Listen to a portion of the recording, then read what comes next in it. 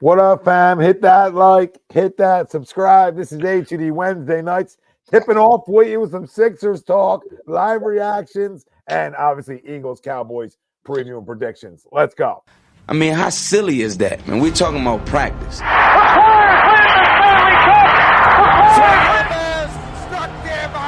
The Philadelphia Eagles are Super Bowl champions.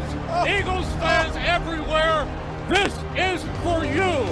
Let the celebration begin. Well, welcome in, everybody. This is HUD Wednesday nights, only on HUD Radio. Every Wednesday, we are brought to you by Baggio's Bread, located in Mount Laurel, New Jersey. Home of the best stuffed bread, tomato pie, sandwiches, collards, meatballs, you name it. Mention HUD Radio, 10% off your order. As always, no eating. We got Mikey Buckets. We got Heel Chrome. We got Greg Mohakovic, a.k.a. Steppy. I'm Tom Arnone. We got Sixers, Clippers, live reactions. We'll run you through as much of the game as we can. All right? As much of the game as the Sixers allow us to, the way they've been playing. But at the end of the show, we got Eagles, Cowboys preview. We'll give you our players of the game like we always do. Can the Sixers overcome the drama that's already started this season? Can they overcome it? There's been a lot to start the season. You got Marcus Hayes getting thrown around in the locker room. I don't condone anybody getting thrown around in the locker room, but if there was a guy to maybe get tossed once in a while, he's a guy. He's a guy with inside the city. He's a weasel at times that could get thrown around a little bit. Not that I condone putting your hands on other people. I'm just saying, right? Like, keep family out of stuff. But Joel, it's like, all right, you're asking Joel to sit 3 games. Like, what else is new? He's already sit. You don't want to play anyway. So, I mean, you're not, you really want to penalize him, make him play. So, you know what? You know what our penalty is? We're not going to suspend you games. We're going to make you play tomorrow night. That's how you get back at him. You should make a play. Next night. The main topic at hand, Sixers, Clippers, live reactions, and our poll question. The Sixers will overcome their slow start and internal turmoil to make the playoffs. Do you agree or disagree? Let us know.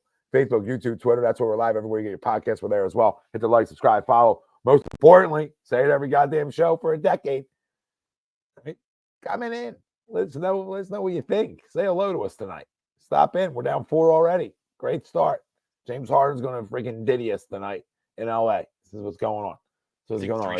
Three straight turnovers too. Greg, how are you ahead of anybody? Like, is this I'm at 954. Where are you guys at? Dude, I'm at 10:02. What is going on? Oh my god. Like 10:58. Wait, hold on. Is this game on TNT? No, it's on ESPN. Oh, hold on. We're getting. I'm at 9:55. Hold on. I must have been in the wrong area. Get off Kate Scott now and get on ESPN. ESPN's a little further ahead, yeah. Look at the picture quality. I mean, NBC Sports, what a joke. What a disgrace. I mean, you're running out the SD cameras. Are we still doing this? I got a better camera in a box over there. I got a better goddamn camera I did a high school game with 10 years ago in a box. Are we all right? What are we talking about? Oh, my God. Now I see the intuit. I said, yeah, I agree with the poll.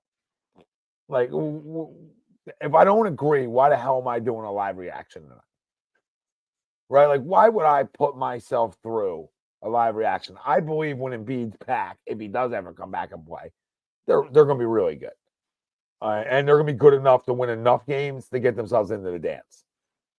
I think they will, right? I mean, who knows what can happen, but I just thought you saw the other night when Paul George came back, they were already better, right? You could already see it, even though they didn't win that game and they should have, and they sort of let it slip away at the end, right? But you could see the difference just with getting that extra little pop in your lineup. We talk about it in baseball too, right? Having that little extra, right? It helps. It lengthens you. It lengthens you. You want to be lengthy, okay? And when you get a guy like Paul George back, it lengthens you a little bit. And then obviously, if you can get Embiid back, we know how long he is. No pun intended. All right. We know how long he is. So a lot of weird things coming out of my mouth late at night tonight. I just don't feel uncomfortable. You know what I mean? Like, that makes sense. Like, in the basketball terms, it's just feeling uncomfortable. I'm just gonna say that to the people. I'm apologetic. I don't mean it in any disrespect. I'm just a long guy. Don, relax. I see you out there, Don. You're baiting me on. You bait me in for more. It's like you like it. All right. Oh, yeah, I agree. There's really nothing more than the Joel Embiid, in fact, and those three guys playing together, that like, yeah, I mean, you know, if it's enough games, if it's 50 games, 55 games that they can play together, you know, they win 40 of them, we're in, right? And he's got to scrap some other ones out, which we're not doing a good job of. James is getting that call. Jesus, you didn't get that call for us ever. I disagree with the poll. I just feel like the way this season has started is just, it's the way it's going to run, right? It just feels like it's one of those years where it's just going to be one thing after another, right? Joel's not going to play enough games. Paul George is going to get hurt again. And we saw, like, to your point, though, Tommy, like, yes, Paul George came back, and yes, they were more competitive. But without the both of them, naturally, right, your two best players, that team wasn't competitive to start the year. And I just worry that now that he's definitely out 3 more games, right, and he's not playing to start the year already, I just don't know if there's going to be enough games for them to get to a point where they are playing well enough to get to the playoffs.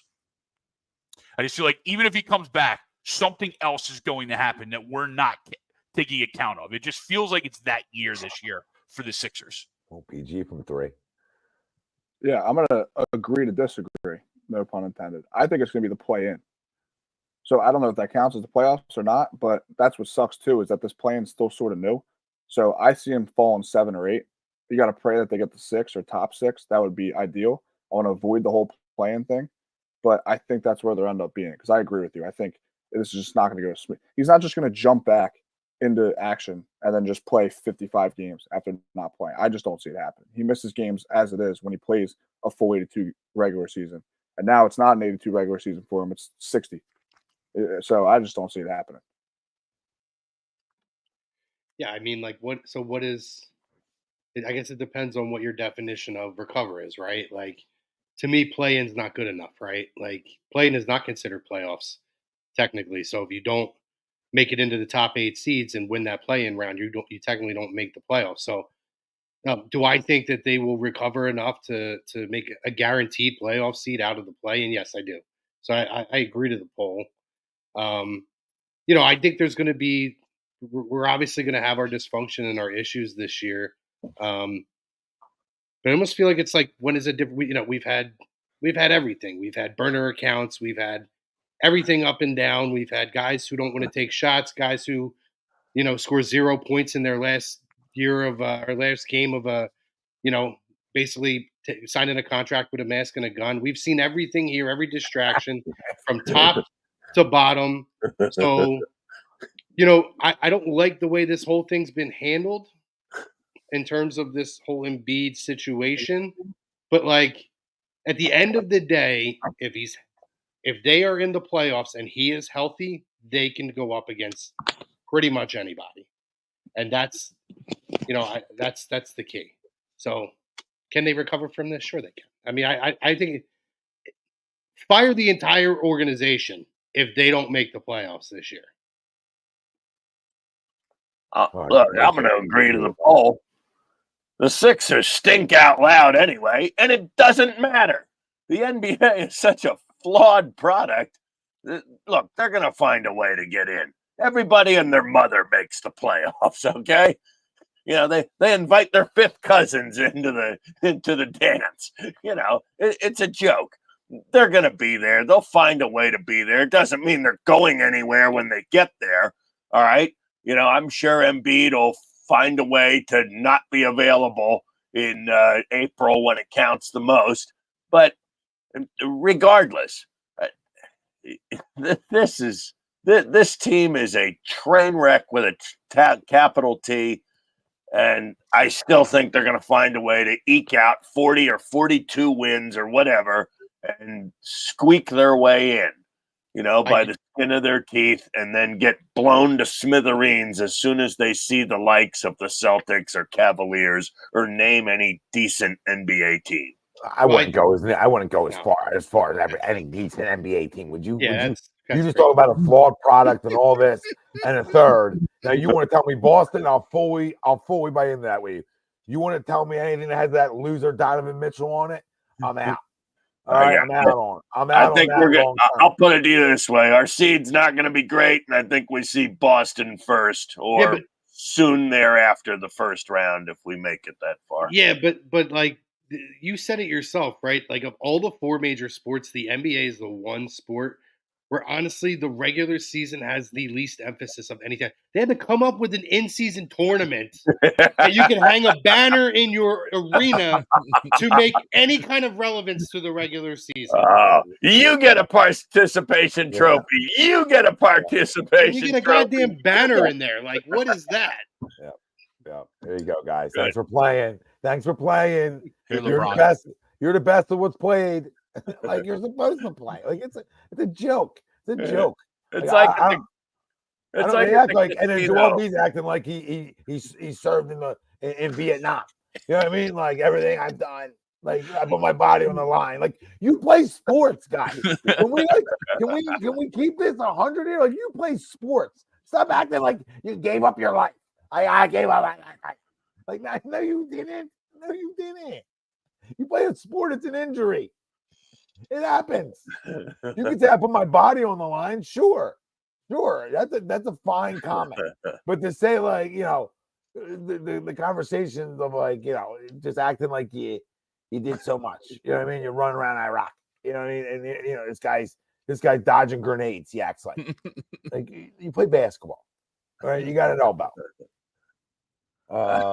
Speaking of this playing tournament, Embiid will come back next Tuesday against the Knicks. For those who didn't hear, and that's for game one of the play-in tournament. So. Of course. Yeah. We'll fuck. Excuse my language here. We're gonna go off here. We would be the one. We'll be season 2 winners of the goddamn in season. That's gonna be us. They gave it to LeBron first, and since Joel can't get past the second round, we're gonna get this year. The process is complete. Who's getting the T-shirt this year? You're the band. Let's have a parade. In-season tournament hat, championship hats for everybody. Oh my God! Could you imagine if there was like a mini parade? They might invite Marcus Hayes to that parade. Oh yeah, he's gonna get a pretty penny for the shove, I'm sure. You know what I mean? I'm sure he'll make out. His back's probably hurting now. Yeah. Hey, come on, Marcus, hit me up. Times are tough, buddy. Oh, if Joel shoved me, I wouldn't get off the ground. You know what I mean? I'd be Bill Middlebrook paralyzed. Laying here to check out. Marcus Hayes has got one of those daytime lawyer commercials on speed dial. Have you been injured in a workplace accident? Call this number. Marcus Hayes. Look, if you look at before Christmas, the games are so irrelevant in the NBA. You could put 5 Marcus Hayeses out on the court, and they'd probably find a way to win a few games. That's all they have to do. Now, all they have to do, to what I'm trying to say, is win enough games before Christmas.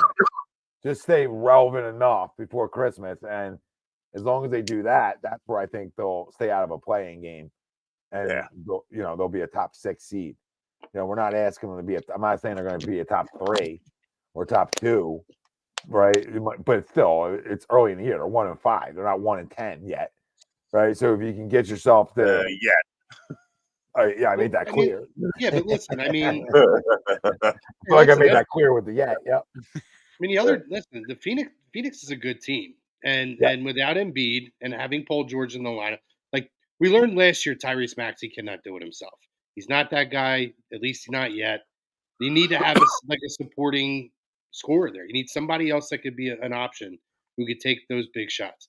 And they looked a hell of a lot better against Phoenix with him in the lineup and with the guys that they have. So, if to me that's more of an indication of if Embiid's not there, what's the team going to look like?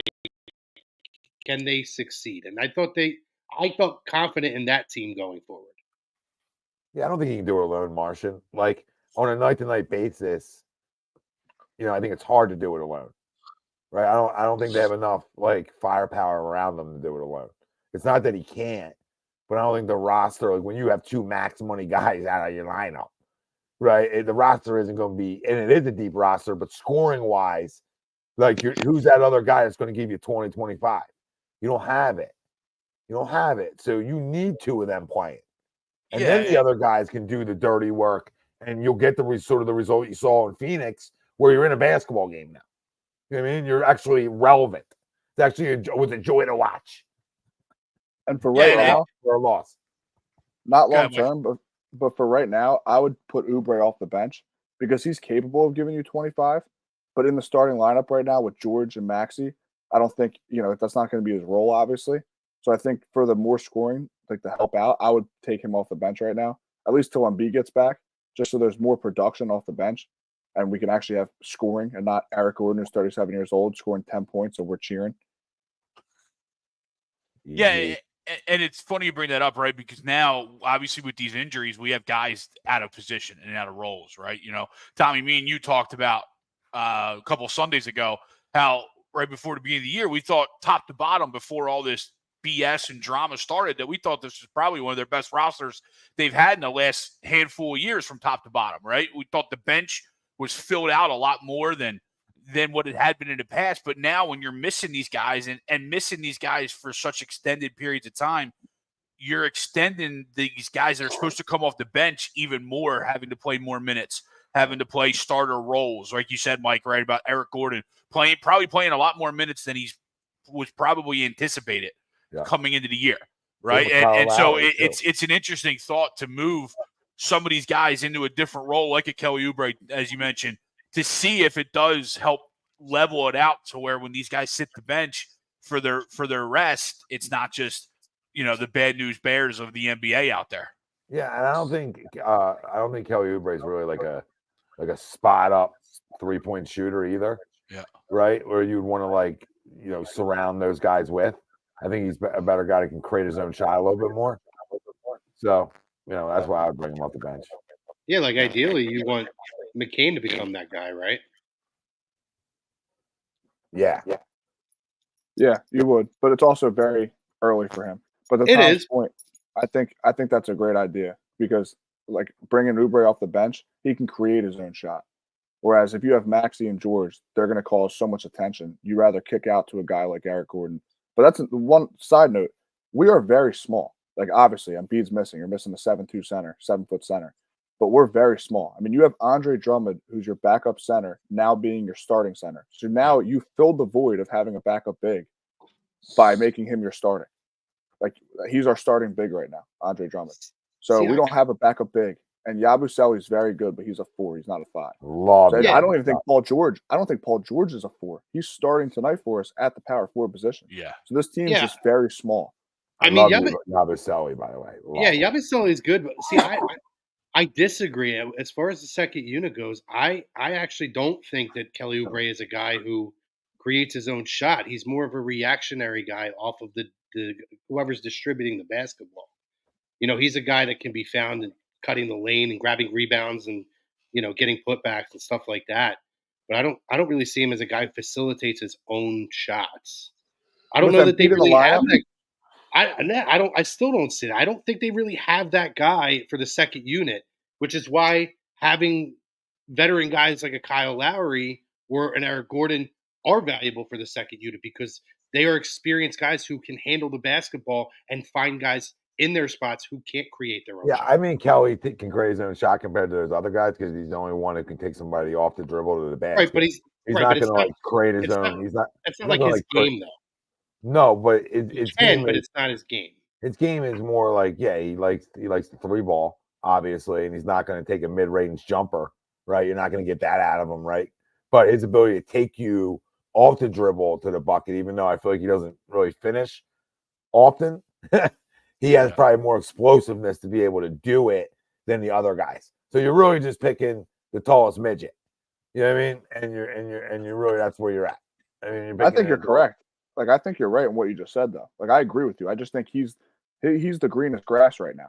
He's your best option to do that.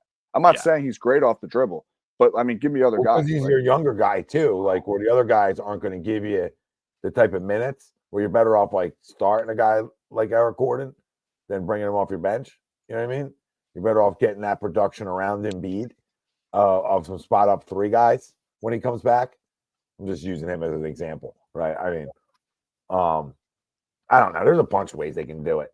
I really don't get into rotations. You know what I mean? I just get into like, that's your job, Nick, because I can get in. We could talk rotations for years with these guys, right? But it's about stars winning this league. And, we need our stars back. That being said, 24-20 right now, Sixers. I think it's important to remember, too, right? It's still very early in the year, a lot of changes to this roster. And it's going to take a good 15 to 20, 25 games for particularly like guys like Tyrese Maxey, Kyle Lowry, for some of these guys they haven't played with, to understand where these guys are going to be on the floor so that they know where to find guys. Where as opposed to now, like we saw it early in the season, right? First couple games, there was a couple times where I think it was it Oubre or was it KJ Martin? Like they, instead of, he's cutting down the lane, it's a ball you would normally lob to him. Yabusele hasn't played with him, so he tries to do a bounce pass on the baseline, ball goes out of bounds. He's not familiar with what his typical reaction would be to go to the basket, right? So you're going to see a lot of this where Tyrese Maxey's eventually going to find Caleb Martin in his spots. They just have to get a familiarity with each other. And that's part of the reason why, too. Like, we watched the Heat when they went and got LeBron and they had Bosh and Wade. It took them 30 games. They stunk for the first 30 games. And that's with those guys in the lineup because they had to learn each other. No, you're right. You're right. We'll talk. Yeah, I agree. I just think the problem is, like we were alluding to earlier, not a lot of guys off the dribble that can create their own shot. And also, I just think our team's very small. Like Caleb Martin is a good defender. There's a lot of guards on this team. Yeah, we're very guard heavy. We don't have a backup big right now with Embiid out of the lineup, which stinks, and it's obvious. But I mean, we can't even play the Adam Bona dude. It's just funny to me. We had to watch Paul Reed for all these years. He's finally gone. This Bona guy cannot be worse than Paul Reed. No, are we that like? I don't understand. We can't be that small. Does Bona have a nickname called B-Ball? B-Ball Bona? We do have a ton of guards, though. It's sort of crazy. I felt like every time they signed somebody, it was like, oh, there's another guard. Oh, there's another guard. Oh, there's another guard. I love Yabusele. Like, it was a great signing. I love him too. He was awesome in the Olympics. Yeah, he's a 4 though. That's the problem. He can't be a 5. Agreed. No, but I mean, again, I think that's the reason they're not going to do anything about that is just because they're planning on him to come back, obviously. So it's not like they have to go out and try to find that other piece. Obviously, if he gets hurt again, so I'm sure they would do something to try to rectify him playing the 5 and start Drummond. But, in terms of this game tonight, this is a game they need to win. This is one of the games like you need to find a way to win this game tonight. I mean, again, when I look at the lineup with Paul George in the lineup, these next couple games, the Lakers game might be tough matchup-wise. But, this game tonight, and I look at the Hornets game, like, at this point, they're just trying to bide some time till they get to Embiid. And I think even with the lineups as they are and some guys out of position, there's more than enough talent that they should be able to go 2-1 in these next 2 games. Yeah. Yeah, you got at LA, home Charlotte, home New York, home Cleveland, right? So that home stretch. Yeah, you're right. But he comes back. He's supposed to come back for the Knicks game though. So I'm basically getting up to the Knicks game, including tonight. You're looking at the next 3 games, including tonight. Clippers, they could win this game. Clippers aren't setting the world on fire at all. The Lakers game might be tough, although the Lakers came out hot and they've struggled a little bit. But it depends on what Anthony Davis you get in that game. And obviously the Hornets. Yeah, Bronny, that's a defensive matchup nightmare for this team. Got to worry about we'll see him. We'll see him when we're down by 25. We ain't beating the Lakers. Clippers, I could see it. We're not beating the Lakers. You never know. Never know. It'll be matchup hell. I mean, who's maybe not? Games? You know what's weird though? The Sixers always play the LeBron Lakers tough. Davis is a loser. So they beat them last year with both Davis and LeBron without Embiid. Tobias went and had a monster game in LA and they won. Yeah, Anthony Davis is a soft big man. He's just tall. He's a softy. You know what I mean? And I'm not disrespecting his game. I'm just saying that he's a softy. He don't want to bang around with you. You know, I don't know. I ain't worried about the Lakers. I'm worried about tonight first. When Drummond has 3 fouls in the first quarter because LeBron drove 3 times, it's gonna be alley-oop to Davis all night. Oh my God, LeBron's as old as me. You know what I mean? He's as old as me. I'm not worried about the Lakers. I'm worried about the Clippers. That's who we're playing. I got to get a win. I can't even fast forward. Mike, God. I can't just start. I can't just start going. What happened, Craig? Backcourt. Oh yeah. Catch the ball. Or toss it to him again. Who was Gordon with last year? Phoenix. That's right. Yeah. I can't remember if he was with the Clippers last year or not. Little pit stop. Yeah, he's been with Houston a while. I don't think he's ever been with the Clippers though. No, it's crazy to me when zoom out. Like, this is the best roster we've ever had. We've been saying that. Like, more we put together, the best roster we've ever had, and this is the worst basketball team I've ever seen. and before the 10 wins, like in this process era. No, you're right though. Like, on paper, right, coming into the year, we thought we had something, right? You thought you had something that could really legitimate in playoff basketball match up with the Celtics, right? As you look in your echo chamber of the East, and then the way it started out is just like, what?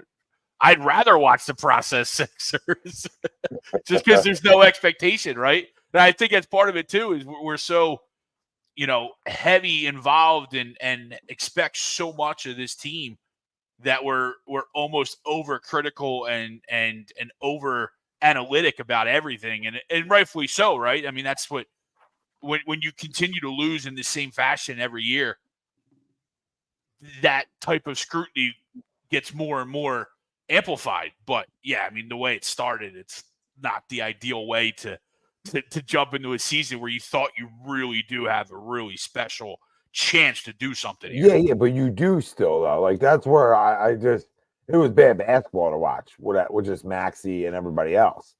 But like, again, you still have that deep roster. We never, like, let's not mix our words here on what we said and what we thought. We thought when you put Embiid and you put Paul George and you put Maxey on the court and then you surrounded all this other stuff, right? We really loved it and thought it was the deepest thing we had. But you remove 2, ain't nobody thinking that's deep. Oh no, absolutely. You remove 55 points, nobody thinks that's deep anymore. So that's where. But I don't think, to your guys' point, I don't think we expected to be like 1-5, right? We expected to, like, hey, maybe we, even 2-4. You'd be like, all right, yeah, not the best start, but like the 1-5 get you. Yeah, so, losing to Detroit, Memphis, right? Like, those are tough ones. Well, Memphis I can lose to because they got the best player on the court. At this point, like a team with the best player on the court, I'm okay with, right? You know what I mean? Like, I'm okay with when I don't have Embiid. I can. Greg made a great point. He said, like, are we over critical? And I think we are too, and especially with the Phillies now. It's almost, we're at the point with the Phillies and the Sixers where if you don't win the championship, don't talk to us. Like, that's just where we're at with the Phillies and the Sixers, in my opinion. For the Sixers, is if you're not out of the second round, we don't care. Like, get us to the second round, and then we'll care after that. And same thing with the Phillies. Get us to the World Series, and then we'll care. I think we're just overcritical of both teams right now. Also, I think that's also a factor. I think the concerning thing is, I like this Mike guy. I think the concerning thing is with both of those organizations, you're seeing them go backwards instead of forwards, right? Like, Phillies went to the World Series, then back to the NLCS, then back to the divisional round. Sixers now can't get out of the first round at this point. Side note, Greg, I wasn't crazy. Eric Gordon started his first 3 years with the Clippers, and then he was with them 2 years ago in the playoffs with Paul George. He got traded from Houston at the trade deadline. Okay. Back to the Clippers 2 years. I thought I saw him in the playoffs with Paul George. That's why I asked. Yeah. And I feel like they played together before. Watching that fumble at midcourt, I thought, even if it wasn't, you think the they never Clippers, even saw each other before? Yeah, I was like, you guys act like you never played before. No, I was just curious. What up, D? But I think that's a good point. Like, we are Okay. hypercritical of those two teams, and there's a reason why. Yeah. And I think it's because their talent level seems to be going Not up. our fault. No, it seems like every year, like they are doing things to progress the talent level, yet the end performance is going backwards. Doesn't match, yeah. And it's very bizarre. Like you're seeing it with two organizations. I mean, to your point, Mike, I mean, the Sixers and Phillies in particular, they've been playoff teams for a while now. It seems like year in and year out, they find their way into the postseason. With the Phils, they, of course, had the deeper runs in 22, the deepest since in a few years now, and then in 23, losing the NLCS. Yeah, at the end of the day, you look, these are loaded franchises with superstars. Eventually, they expect to see a parade, and I think you get the early exits in the postseason, or earlier than anticipated, let's say, in the Phillies case. I mean, it wears on you, gets tiring, Yeah, And then and it this might becomes- fire Tom up. I don't know, but the best availability in sports, or the best ability in sports, is availability. So, is it fair to say already? Because if this dude's never playing back to backs, do we care? No, but I'm just saying, is it fair to say we wasted Embiid's prime years? We've had Al Horford here. We had the Ben Simmons drama. We had Josh Richardson. Tobias Harris was here for 5 years on a max deal. Like, the prime of his career, as far as availability, we wasted. He His wasted. ability's still there. He wasted. But okay, it's weird though, because you can go on both hills. Like, he wasted it, but he still averaged 30 and 10 every playoff series. Yeah, but he was out at times, right? Like you could say the Simmons year where we lost to Atlanta, you can make the case like, okay, that was the only time that I feel anything was wasted was that year, because of the matchup we had, and that was our opportunity. That was our opportunity. The Jimmy year we went all in and we got out bounced, right? Per se, right? Yeah, and there's no doubt in my mind that team wins a championship if they get out of that round. Yep, and there's no doubt in my mind, Chrome, if they were willing to run it back, to your point, and run that back, that they win, they get the one. I'm not saying they win one, but they get the one, right? And they didn't do that. But Mike, I see what you're saying, that they wasted it, but I don't think there was his prime years were really the last 2 or 3 where he was playing his best basketball. Yeah, his last 2 years has been the best 2 years of his career, really. Yeah, even with the half of the season last year, his individual game averages were as high as he's ever been in his career. Because he got better, right? Remember when you could double? Mike, you used to be able to double team him, and the dude was a dog. And he's my favorite player, right? That's my son. But you doubled him, and that was a dog on a hardwood floor. You know what I mean? Like it was a giraffe on ice skates. I mean, that thing was all over the place. He didn't know what to do with the ball. He panicked every time. So this wasn't like Allen Iverson. You can make this case for. You can't make it for Joel Embiid. Like, and Allen's my dude, right? But you can make the case that the talent was never put around Allen. You could also make the case that you couldn't, because they weren't going to get any shots. So you could look at it in 2 ways, right? So you can look at that one 2 ways. In Embiid's case, I wouldn't say the talent hasn't been here. I think it's different things that happened that we didn't get past what we needed to. We can't make the case that starting 5 against the Raptors, that talent was here. They didn't get it done. I mean, before Simmons became a hot mess, the talent was here. I was about to say, until Simmons showed his true colors, we all thought we had something special there. And those two did. Don't let those two lie. Yeah, because of the aftershocks of it. Don't let those two lie because it ended poorly. All right. In moments they were close. So let's not act like they weren't close. And now we can revisit it a couple years down the road, and we can look back and be like, dude, there was years they were close. They acted close, right? The seas parted because they didn't win, and the guy didn't take a shot. Oh. So once the guy didn't take the shot, the fingers started getting pointed. True. And Joel's not shy to point it, right? We know Joel. He's not shy to point that finger, which I'm sure he did personally. Yeah. I'm sure he did. So it's like, I don't know. I get what you're saying. I just think there's been more talent here than we may think, and I don't think his shelf life of prime is as big as most. We're all in agreement on the Butler year. Like they would have at least got there. I totally agree. The sad part was that was only for 50 games, and Butler walked. It was a rental. Yeah. As was Kawhi that year. So the better rental won. That's all it was. But I've just never seen a team with so much drama. Like when I'm saying the talent, like we drafted Mikal Bridges, then traded him. We traded up for the number 1 pick to draft Markelle Fultz instead of Tatum with the Celtics.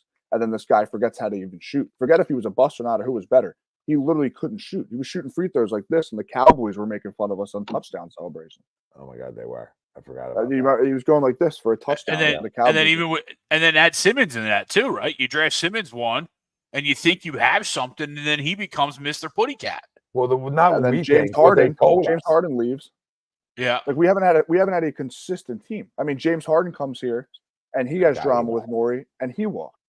Like there's never been just a foundation of just no drama for at least one season. I haven't seen it. Yeah, it's been a revolving door, and it's really hard to win big that way. Well, that's what Ben Simmons did to this team. Yeah. Right? If you want to get deep, right, that was the cornerstone with him that needed to work.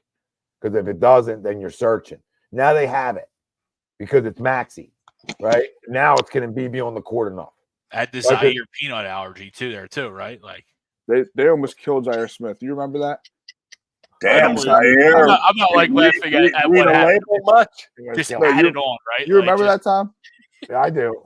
Yeah. They fed this guy peanuts. He has a peanut allergy, and he couldn't do push-ups. He lost 50 pounds. He went to the hospital. He couldn't do a single push-up. They gave the guy PB&J. You know what I mean? And ruin careers. It's unbelievable. Thanks for the assist, Donnie. But listen, I think I get what you're saying. He's still around, by the way. He's in the G League. In terms of who is?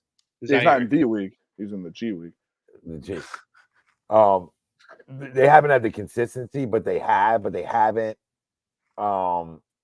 haven't had the consistency of him either. So there's been drama with him too, and I love the guy. You know what I mean? But there's been drama with him too. So your leaders shape it for you. All right. And I say this about Bryce Harper all the time. You know, everybody's got a poster up. Right. But if you don't win one, and the team he left won it the year after he left. Hey,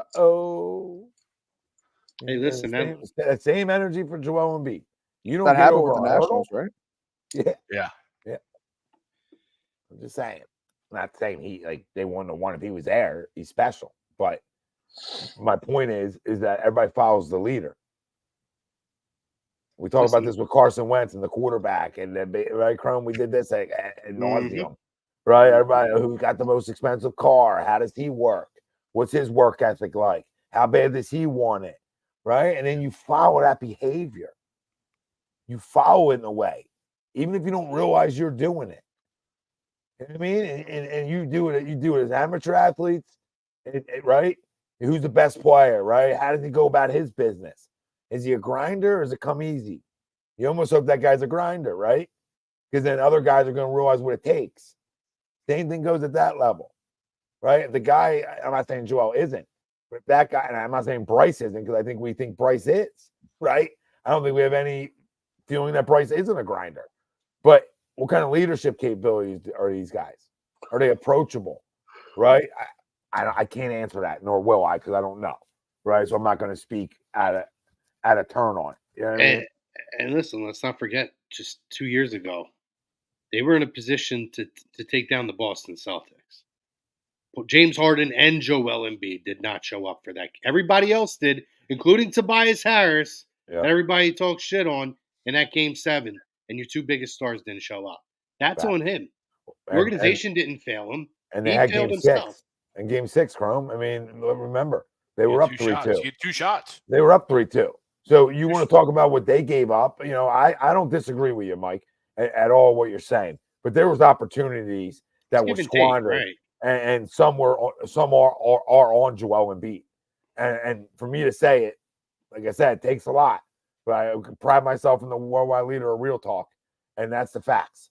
Doesn't mean he's had the most consistent roster around him either. But some losses are on him. And like Chrome said, that Boston one, I don't know how I forgot about it. They're up 3-2, and those two do a disappearing act, and then their relationship sort of goes south. Right? You see how that works? See how this works? So all I'm saying is, relationship goes south after Ben Simmons doesn't take a shot. Relationship goes south after James Harden don't show up. What was Joel's Embiid stat line versus Atlanta Hawks in that game? Love to know. Love to find out. I can't believe I'm dying on this hill. And remember, James Harden was up 3-1 to the Warriors and couldn't win a final game. Well, we know he's a well-documented loser. Right. So that's the common denominator, right? So you can't count on him to be a winner. And we said Ben's a loser, right? Right. So we've always deflected Joel being any bit of a loser. But because he's supposedly been surrounded by losers. I don't think he is. Harden had 13 points in Game 6 against Boston, and I think he had 9 in Game 7. So it's weird. Like we're saying he's a loser, but then we're saying we didn't fail him because we put talent around him. It's just like no. James Harden. Look at it.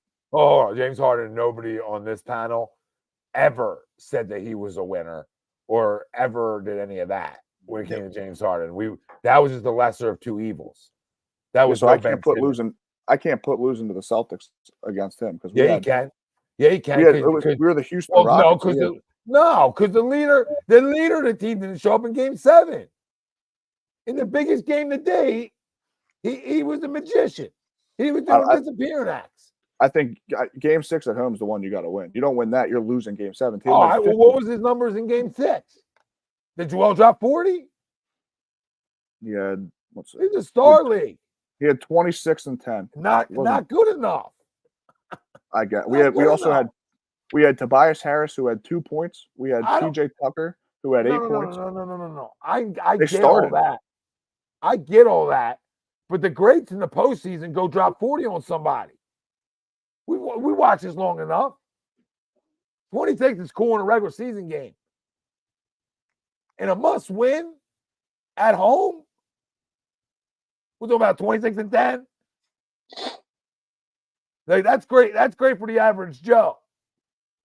That ain't great for Joel Embiid. And I'm not saying other guys helped him, but he didn't go out of his way to overhelp us. I'm just trying to argue it. You know what I mean? Because I think it goes both ways. I think it's a great debate of losing on why we've been through hell. I think it's a fantastic debate. But it's all what's not you look at it. Yeah, I'm just not removing him from it. Yeah, I'm just never going to remove the greatness because greatness got to win me shit. Like, I'll never remove it from any team I coach, etc. Like, everybody wants to worry about how many you're batting. Well, if the first 5 guys that are essentially air quote paid to swing it we're not winning anyway. So I don't care about the rest. Like, everybody's I just think it's funny. Finger. PJ Tucker leaves the Sixers and he can't even buy minutes on the Clippers. He had to beg and plead to get out of there. I don't even know if he did get out of there. He couldn't play any minutes. Tobias Harris, they're coming for his job in Detroit, praying that he comes off the bench for the Pistons. He can't even play there. So it's weird. I don't think he's had any real help, if we're being honest. Well, I think Tobias Harris was a good player until he got here.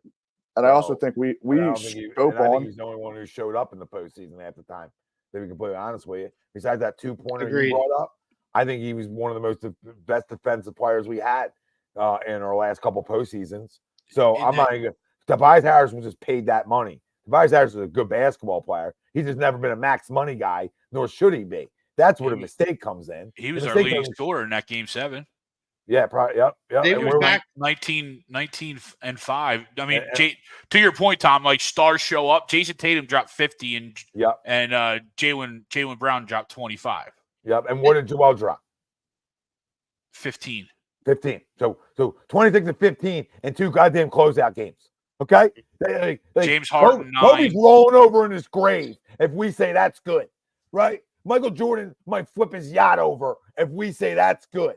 Hakeem Olajuwon I don't know where he's at, but he'll do something, right? I came with the dream. Will do something. He'll do a dream shake if somebody tells Shoot it, him. Dre. Let's go. If somebody tells him Drummond. that's what stars do.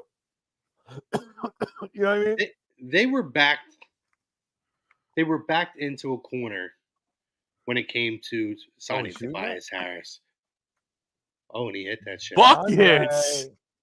They were, Chrome. You're right. Because listen, they gave up every asset they had to go and get Tobias and get Jimmy and make that run.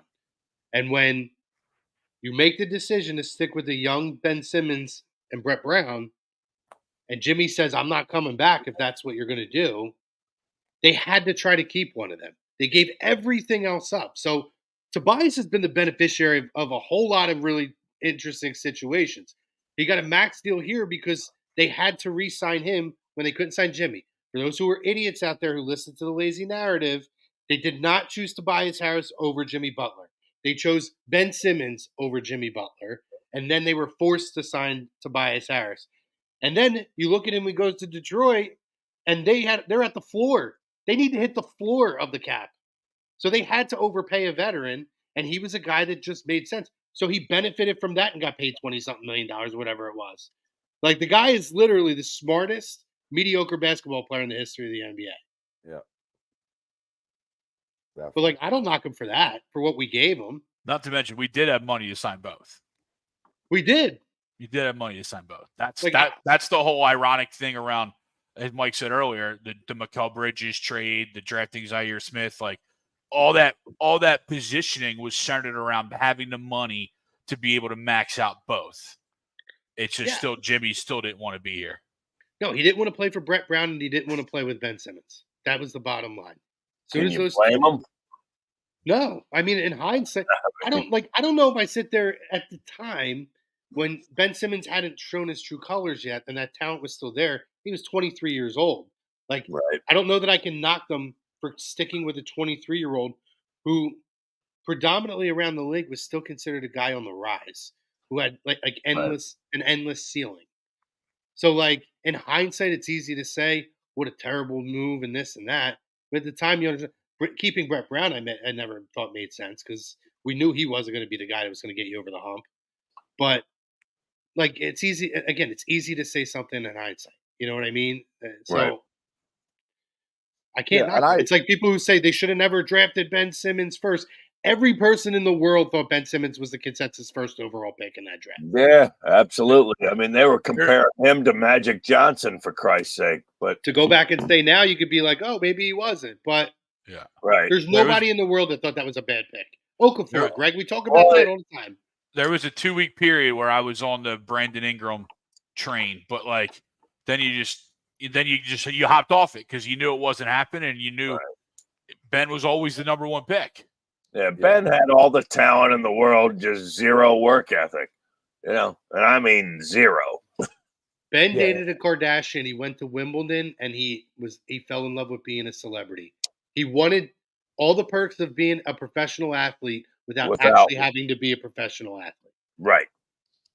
Is he still on the Nets roster? What's he doing? Yeah, he is. And the hardest thing about being a player, a talent evaluator, right, essentially like any level, is that part, right? To be able to really know how guys' juices go, right? How when the lights turn on, how guys go about it, how guys go about their business when nobody's watching them, right? There's no, you got to do a lot of homework on it, and then and then a lot of times what these guys do is they allow their talent, the guys' talent, to overshadow any negative thing about work ethic because they're young, right? And they'll give the excuse, oh, they're young. Listen, bro, if you're playing a Division I college basketball, right? I don't care if you're a freshman or whatever. I need to know that you're grinding when you get there, right? I need to know that. Like, my first question wouldn't be how good Ben Simmons was. My first question is, what does he do when nobody's watching him? That's where I get my PI guys, right? You get a little PI team, peekaboo on them. What's he doing? They get back. You gotta do that type of homework when you're talking about these kind of guys. That's an investment.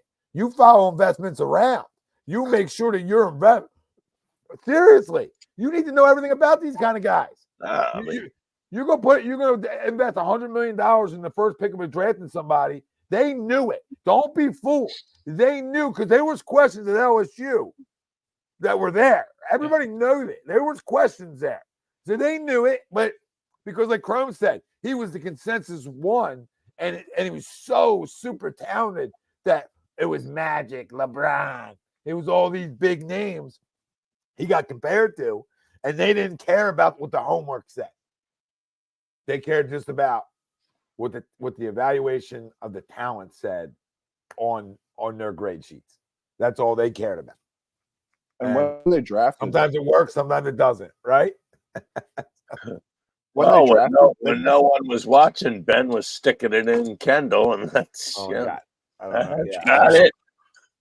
I mean, fuck, he didn't give a shit about working hard or doing anything to become a better player. They kept playing, or they kept drafting the best available player also. The only time they went for fit was with Fultz, and it blew up in their face. But every other time, they tried to draft the best available, not exactly what fit. Like, we drafted 3 centers in a row. We had Embiid, Nerlens Noel, and Okafor.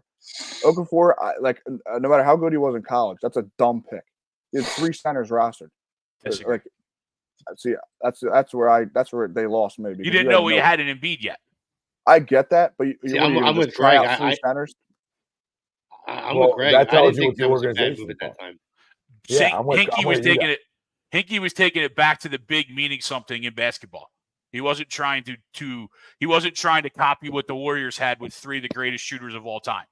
He was bringing the big back to basketball. So the unknown, at least to me, the unknown of not knowing how Joel Embiid was going to play out, you had to take the best big at that time.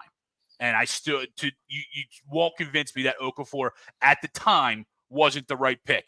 Obviously, it didn't work out, right? Agreed. Obviously, he turned into be a stiff, and it didn't work out. But I think at the time you still had to take it because you were unknown what Joel was. Well, the organization told you everything you need to know about the start of the process. Yeah, it was. They didn't believe in it. They didn't believe in his health, right? I mean, and rightfully so. So I don't blame him for that, right? I don't necessarily. And they knew that, like, listen, all I need is 2 to hit. They didn't get that. Yeah, you know what I mean? They weren't able to get that. And I think that's a part of the reason why too. And that explains exactly why it was never about fit. It was about best available. You know, the idea is, hey, if we go and get 3 centers and we nail one, right? Because I think part of what you said, Greg, is true, is that I do think they were looking to build the organization around probably a big man and a guard, and they didn't know if Joel was going to be the guy, and they went out and they took 2 other big guys who had the potential to be, at the very least, high-level centers on a roster with a good guard, right? And like a really good Michael guard. Carter-Williams was that guard, right? Right. They thought they had the guard Michael Carter-Williams. But they knew they were going to be cycling guys in and out, right? When we figure out who the guy is, the process just moves that other guys for assets, right? So it was never about, we're going to have this guy and this guy and this guy, and we're going to just draft until we build our team. It was best available. Once we've established that guy, that's when we start building around that guy. When Joel was finally healthy enough, and obviously they thought Ben was going to be that next coming, they had their 2 stars. That's when they started to construct the team around. Yep, no question. Right now, there's a little alley-oop. Sixers down 3, about a minute left. In the half here. And would you like to call a must-win? If we're talking about this current team and this current game, we're calling a game in November a must-win. At what point does Tyrese Maxey start getting? When do you not? Like, superstar calls, right? Like, I'm not saying superstar calls, but like high end player calls. Because I mean, there's games where he's shooting 4 or 5 free throws as opposed to some of these guys shooting 10, 15, 20 free throws a game. Yeah, it's not like Tyrese doesn't push the action. You know what I mean? Yeah, no, it's amazing that he doesn't get calls. I think he's too nice. He's too good of a kid. You know, the refs get bark in their ear all game. You're right, Mike. And so if they know they can get away with it, they're just going to keep doing it. Yeah, like Chris Paul is the biggest barker of them all. You know, he never deserves to go to line. You breathe on him wrong, and he's got a call. No, and no, it's what'd you say? What'd you say earlier? What'd you just say? Oh, damn it! No, it's all right. This is your moment, Noah. This was it. Let me go grab a beer from the fridge, then I'll remember. No, it's just no. What I was saying is, I was busting Tom's chops. I said, "Is there a must-win in November in the NBA?" Oh, yeah. When you're 1-5, there is. I like to call this. I hear you. I mean, we don't want to start 1-30, but my God, let's face it. We'll find a way into the dance. Don't you worry. No, I'm not worried about nothing. I'm saying they need to win a game they should win. Get to the basket. There we go. It's time to win a game. You know what I mean? You want to sit back here and go, so I 1-10 and be like, oh, is it really a must win in November still? Yeah. You got to win a game here and there. I mean, you got to mix them in. You got to say hello to them. I don't know if I call this a must win. I more call this a I'd like to win. No, that was Phoenix. Phoenix was I like to win, right? I lose Phoenix, I play good, right? I'm in it. Now it's like go get a win against a team that's not as good as Phoenix, please. That becomes. They'll find a girl at the corner bar and find their way into the dance party.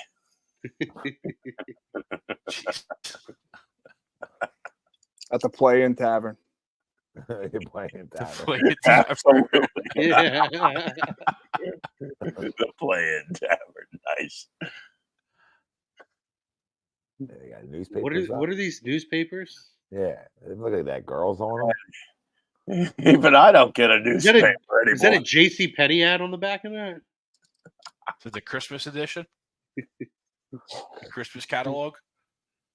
Do you remember your parents like ordering clothes out of like a catalog and waiting like weeks to get it in, like in the mail? Do you remember how like highly anticipated the Toys R Us catalog coming in? Yeah. Oh my God, it was. These kids today, like they just don't know. And it shows up next day from Amazon. Like we had to wait weeks for our shit to come in. Pop that, Val. You know what I miss doing the Phillies, the All-Star ballots, like punching the. Oh yeah, the stadium, the punches. Yeah, they were great. Oh, they called foul on that. I remember sitting in the 700 level at the old vet. You grab a stack of them too, and you thought you're real cheap. You're an all-star.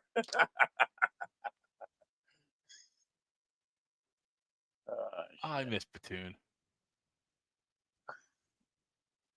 I remember Nick reading daily newses before shows.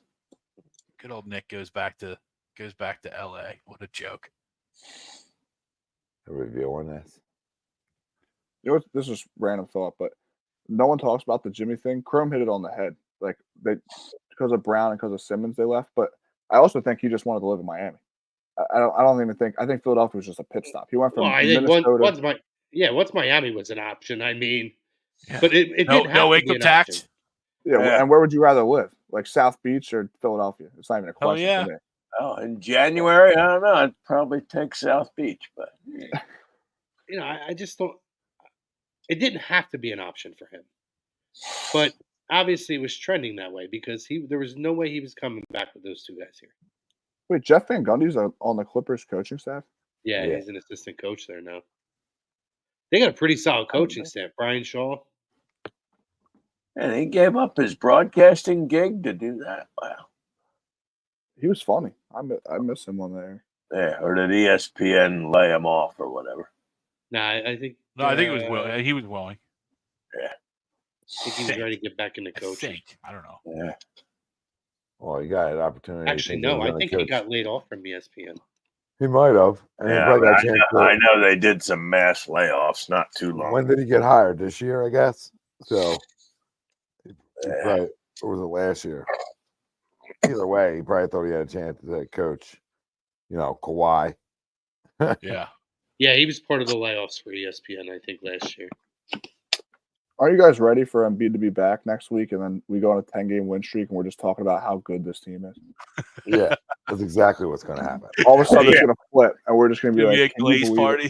Yeah. I can't wait for it. Can't wait for that flip that switch. Must wins to can't find a loss. Exactly. So what's So happening here? Are we going on a line here? We gotta be going on a line. It's the longest review for a foul I've ever seen. Yeah, he's going to line shooting 3.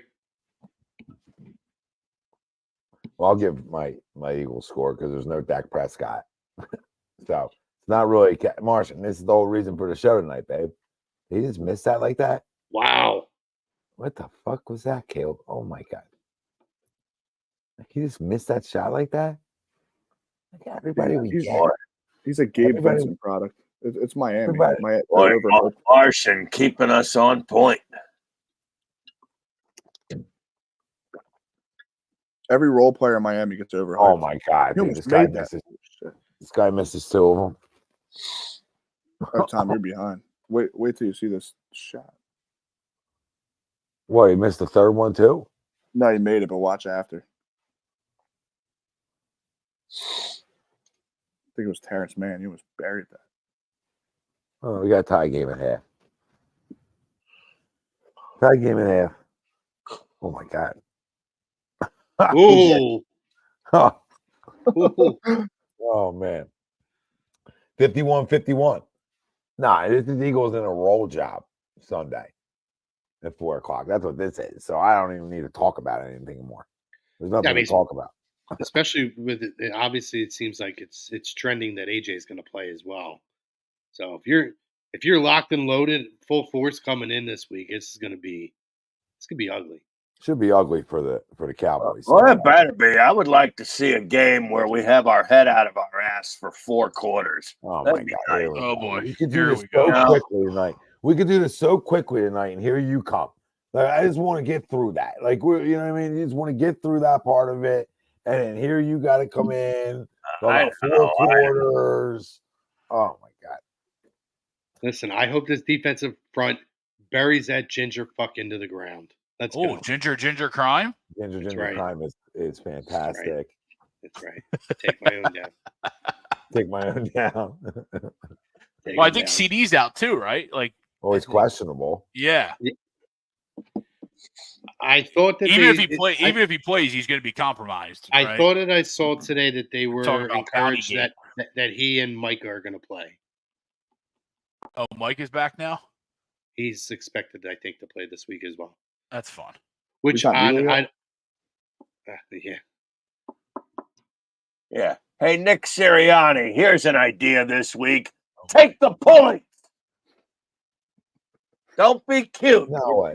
Backup quarterback. Yeah, nothing matters because we're playing a backup quarterback. Against a backup quarterback. I mean, I don't care if there's 5 Micah Parsons playing on Sunday. Cooper Rush is also playing. Yeah. All right. So our defense has been lights out. I don't expect them to move the football. So that's as simple as that. So I can win 21-10 and be completely content walking out of Dallas. I don't care. You know what I mean?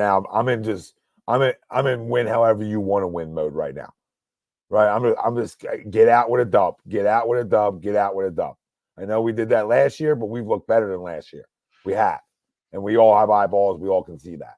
So I don't give a shit. Anything. We're not losing this football game. I don't need 4 quarters of perfect football. I need to come out unscathed with a win, ready to go next Thursday night. That's the facts. This show means nothing. Next Wednesday's show, that means something. Because that's a real game coming in. If they lose this game, they're not even worth talking about next Wednesday. So that's how meaningless a game is to a fan. Doesn't matter. I'm going to AC Sunday with the wife, taking her for her birthday. You know what I mean? Like, that's how irrelevant the Cowboys game became. It became irrelevant to me. It became dice. Happy birthday to the missus there. Yeah, no, I mean we're appreciative. You know, over here, we're thankful to you. Send next time send a card with a little walking around there. Yeah, send the memo over. Send the memo. Yeah, send the memo. He ain't memoing. You know what I mean? So that's why I told him, get to a mailbox. Get the mailbox. Hey, you send something nice over next time. That's how we'll really be appreciative. All right? I'll hand it to the mail lady. You know, make sure this gets to South Jersey. It is concerning though, Noah. You're right. Like Take your points. I know it don't matter now. You get a win, but in the playoffs, we're all laughing and saying we're against Cooper Rush, but I'm laughing. You got a chance to go up 3 scores and go. Yeah, you got to do it. You do. Nick Sirianni is he's reckless driving. I've been saying this. He's about to get a reckless manslaughter charge because that's how out of control he is. He's going to cost us something. It's going to happen. You just got to pray it doesn't happen in the goddamn NFC title game or, God forbid, in the Super Bowl where he wants to think, oh, I'll double up on Doug, right? I'll double up on the Philly, right? Like that's what it's like he almost is trying to outdo something previously. Like, how much can I outdo myself? Or it's the fact, like, hey, you know what? You're not in charge of anything else, just in-game stuff. So fine, now I'm gonna be out of my mind. You know, I'm gonna be out of control with it, and that's what he is. He's unstable. He's unhinged. Sorry, there's my rant on Nick. He's the clown at the blackjack table that when he's dealt a 14 and the dealer's showing a 6, he takes a goddamn hit. Yeah, well, it's not even that. Like, I mean, it's not even that aggressiveness. It's beyond that. He's hitting on 18, babe. Yeah, it's the not needed hit. He's the 18 hitter. Like, everybody looks at the table like, is this guy first time? He's 21, right? That's what he's doing. This clown. He's hitting on 20. He's hit on 20 at times. The Falcons game, he hit on 21. They were trying to pay him money, and he said, no. I want to hit on this. I want to double down. Like, Nick, you can't get anything here. You know what I mean? Take the 3. You're in a nothing game. So there is, when we talked about on Sunday, this is his worst coaching performance or whatever it was. Yeah. On Sunday, I said, yeah, because it's the most recent. But when there's a laundry list, like, we didn't play that many games yet. He's got his fingerprints on us yelling and screaming about a coach after wins because that's how egregious he's been. That's how reckless he's been. That's how much it's like, you know what? And then he has the audacity to run his kicker out cold on a 57-yarder. Now you want to kick him. And that's the second time he's done that. That's the second time this asshole's done this. I've had enough of him. But you're not firing him. He's won a lot of games. So you got to hope he doesn't bite you. Now, to your point, I don't need 4 quarters of perfect football, but I need 4 quarters of no stupidity. You know? We have to be like, I'm sorry. We got to be, listen, we have to be realistic here, right? You see the big perk on ESPN right now? He's got his feet up. He's like, I missed it. He's just lounging. Sorry, I didn't want me to change the subject. My fault. No, listen, the reality is we could say what you want about Sirianni, but it's a results-based league, right? And he's been to a Super Bowl, and to this point, of all active head coaches, he has the highest winning percentage and is among the top 8 or 10 in his first however many seasons. I think first like 60-something games. Yep. Or like 70 games to be at the record that he's at. So I think his first 60 games, he's 41-19, I believe, which is like 7th best start all time for head coaches. So we could sit there and we could get, you know, in 2022, he was just as reckless or aggressive, whichever word you want to use. Yeah. But when it works, nobody says anything about it. At this point, it's not working. So everybody has an issue with it. And those are all fair points. I agree. There are times, and we said this in 2022. I don't feel like in 2022 he was going for it on the 25 on 4th and 4s and nothing games up. He was and doing nothing all that games shit then up. too. He was doing shit that was doing crazy. He was doing it on his side of the field. You should never do it on your side of the field. You're right. Even if it's the 40-yard line, you know what I mean? It's still just as crazy. So you're right. He's reckless. He was a reckless little doggy back then. But we loved it because it seemed like it was like nothing could go wrong that season. Yeah, right? We're putting our what on the table every 5 seconds to people. Like, look how big it is. I know. And listen, if you remember one buddy in high school that always had to show it off. You guys know what I'm talking about. You all had one, right? You had one guy. He always had to let everybody know at a party. He was the guy in the locker room. Yeah. Yeah, get a couple in them or whatever it may be. That's Nick. Nick just wants to whip it out all the time. Yeah, and listen, back then we talked about how many times we do shows and say he should have taken points. No, you're right, Carl. You're right about all that too. But like, my problem is now is like it hasn't worked at times. Like, it's not working. So my point is like Change it up. Show me you're willing to just go out there and take the 3. Show me you're willing to not take points off the board and then try to go for 2, and then knowing if he does not get that 2, he might as well tell Jake Elliott, go sit up in the stands, babe. Pay for admission today. You know what I mean? Pay for a ticket. Pay for a ticket today. And not to mention the games haven't called for it, right? Like we played Jacksonville. Like we weren't chasing points at that point. Exactly. We weren't like playing a high, potent offense last week to where we had to chase a number. Right, and but Jacksonville wasn't even moving the ball in the first half. Right, but I 37 yards in the first half. Come on. I understand that, but I also felt like they were treating that first half as if it was like a preseason game. Excuse me. And looking at that as an opportunity to work on those situations opening that game. And it didn't work out. But my issue more is we're talking about practice. It's not even that he's doing it. It's that it's like Grizzlies beat the Lakers. It's like then he overthinks it, right? They do the push. They do the tush push, the brotherly shove twice, and it doesn't work. So the next time they overthink it when they literally needed 3 inches. Yeah, now you're scared to do it. Like that's what she said. Like it's almost impossible for them to get stopped at 3 inches. The other ones they were going for a yard and a half. They were going for a yard. I've been told that before. I've been told. I think a big issue too.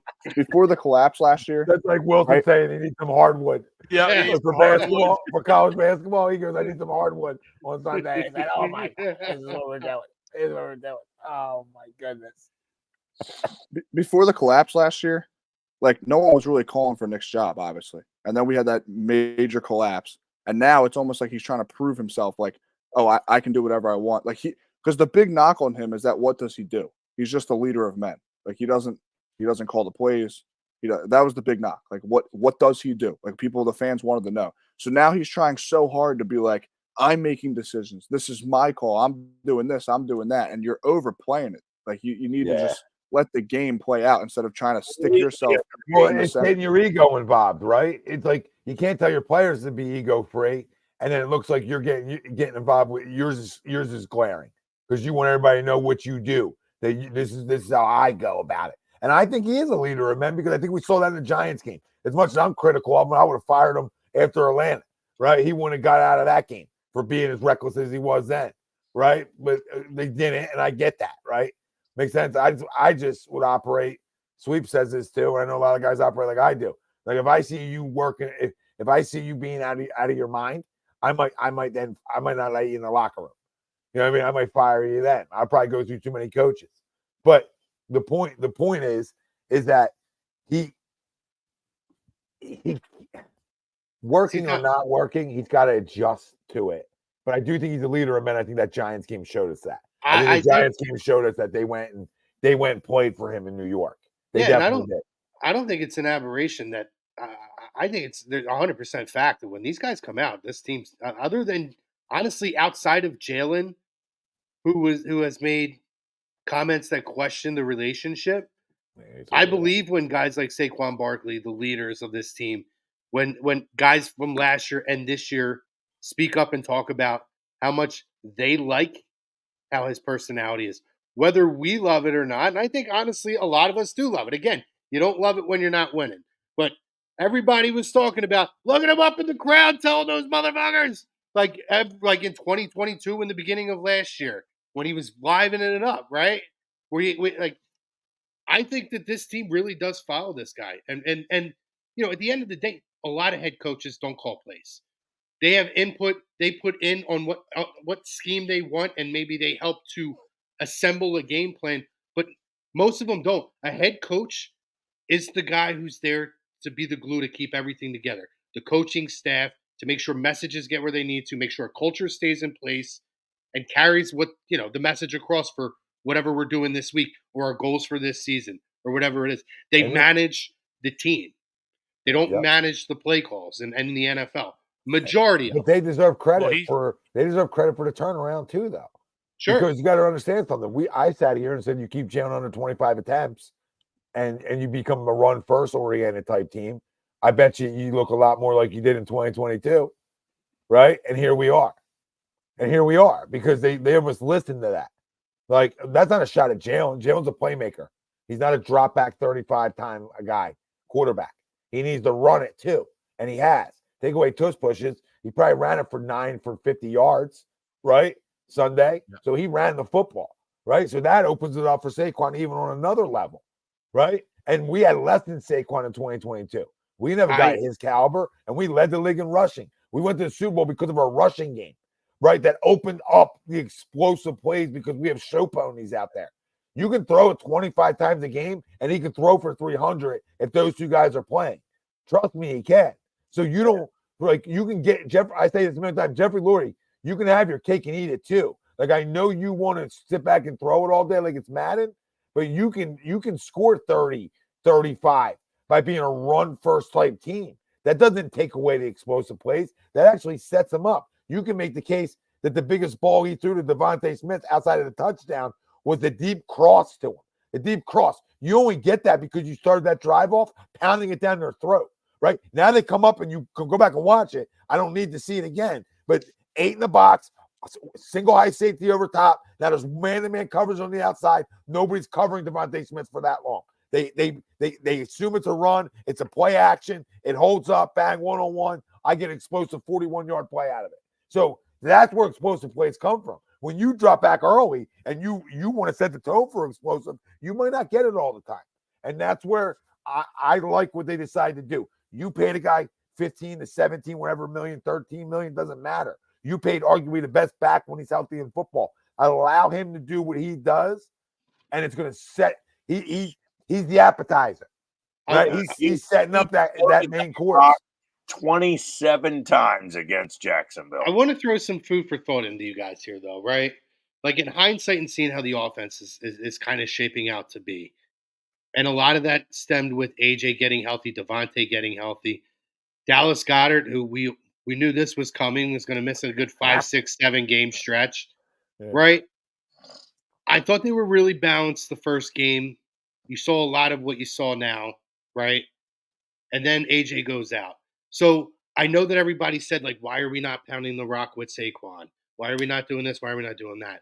But I almost feel like in those instances without AJ, then Devontae out and Dallas out, when you're missing so many weapons, I feel like the defense then totally zeroes in on Saquon. And I almost feel like they ran the ball less so that they didn't compromise Saquon's health by basically sending him in a situation like the Giants, where he's almost the only dynamic weapon you had in that 2 or 3 game stretch. Like, I almost feel like it was purposely done, even though people were pissed and said, run the ball more, run the ball more. I almost feel like they did that in a way to protect Jalen and Saquon so that because they were really the only guys that the defenses had to game plan. They're not game planning for Jahan Dotson. Right? You know what I mean? So you were missing so many pieces at that point. I almost feel like they're like, listen, we're going to throw the ball the next couple games. We get our guys back, then we can start balancing everything out the way that we want to look. And they got to the bye week. Everyone got healthy. They started running the ball again, like they did the first game against Green Bay. And you're seeing what you're seeing. So I almost feel like that's the reason why they got away from those first couple of games, is because how many dynamic pieces you were missing. And to your point, the O-line was, although they're still a little beat up, they were really beat up a few weeks back. So they were missing Becton, Lane Johnson. I can understand not wanting to give Saquon 27 carries then. You know what I mean? But yeah, like, I feel like it was designed that way to make sure he's healthy when the other guys come back. You know what I mean? Limit the time he's on the field then. Like, my only argument to that is I totally agree with you. I'm not disagreeing with you at all, because I think you're right. But my only argument to that is, like, don't hurt your football team when you have a backup running back for a reason. Like, go run him 20 times, right? Or go run him 15 and let Saquon get 10 carries. I don't know. There's other ways to do it. That it doesn't have to be you drop him back 35 times with not the talent out there on the outside that he usually would have, and then you're actually compromising your quarterback, because now you're really putting him in a tough spot. That's my only devil's advocate to it. But either way, the pass doesn't matter in the situation. They got it right, and they were able to see it in themselves and know what it takes, and that's where you give Nick credit. It looks like he said, what are some of the things we did well in 2022? What made us successful? Well, you were the number one rushing team in football. Me What does giving that up play do? calling. Yeah, but what does that do, though? That helps your defense out. It's not just helping your quarterback out. Everybody says, oh, it's your quarterback. It's your quarterback now. No, it helps your defense out tremendously. And our defense, look at our numbers since we decided to run the football, right? It's a whole nother level. It's a whole nother level of defense. We look like the 85 Bears. You know what I mean? Like the 85 Bears. We don't even give up touchdowns, essentially. I know we haven't played the greatest show on turf, but we've still been really good defensively. Jay, to answer your question, Embiid, he shoved Hayes in the locker room, and that's kind of a no-no when you shove a reporter. So yeah, it's kind of no-no to write about people's families too. Right, but you're right. Both are no-nos. So that's why he's suspended. I don't know what happened to Hayes, and we move on. And the Sixers are down 7. Part of that. Did Hayes get any type of discipline from the Philadelphia, or who does he write for now? The Inquirer? I don't know where he writes for. We're getting rolled, by the way. Now it's he writes for the Inquirer. Good old guys are tired. They're sleepy. It's past bedtime. They're on the West Coast, and here we are. Yesterday, down 9. Tired after an off day. Oh, must be nice. Good defense, PG. Imagine going for the steal where there's nobody behind you. You sort of want to take away the big round thing. I don't know. Is that how you do it? Is that how you do it? I don't know. How's the rookie? Who's the rookie? Nails? I guess he's talking McLean. McCain? I like Jared. McCain. Not John McLean. I like McCain. I think he can play. I like the kid. I think he brings energy.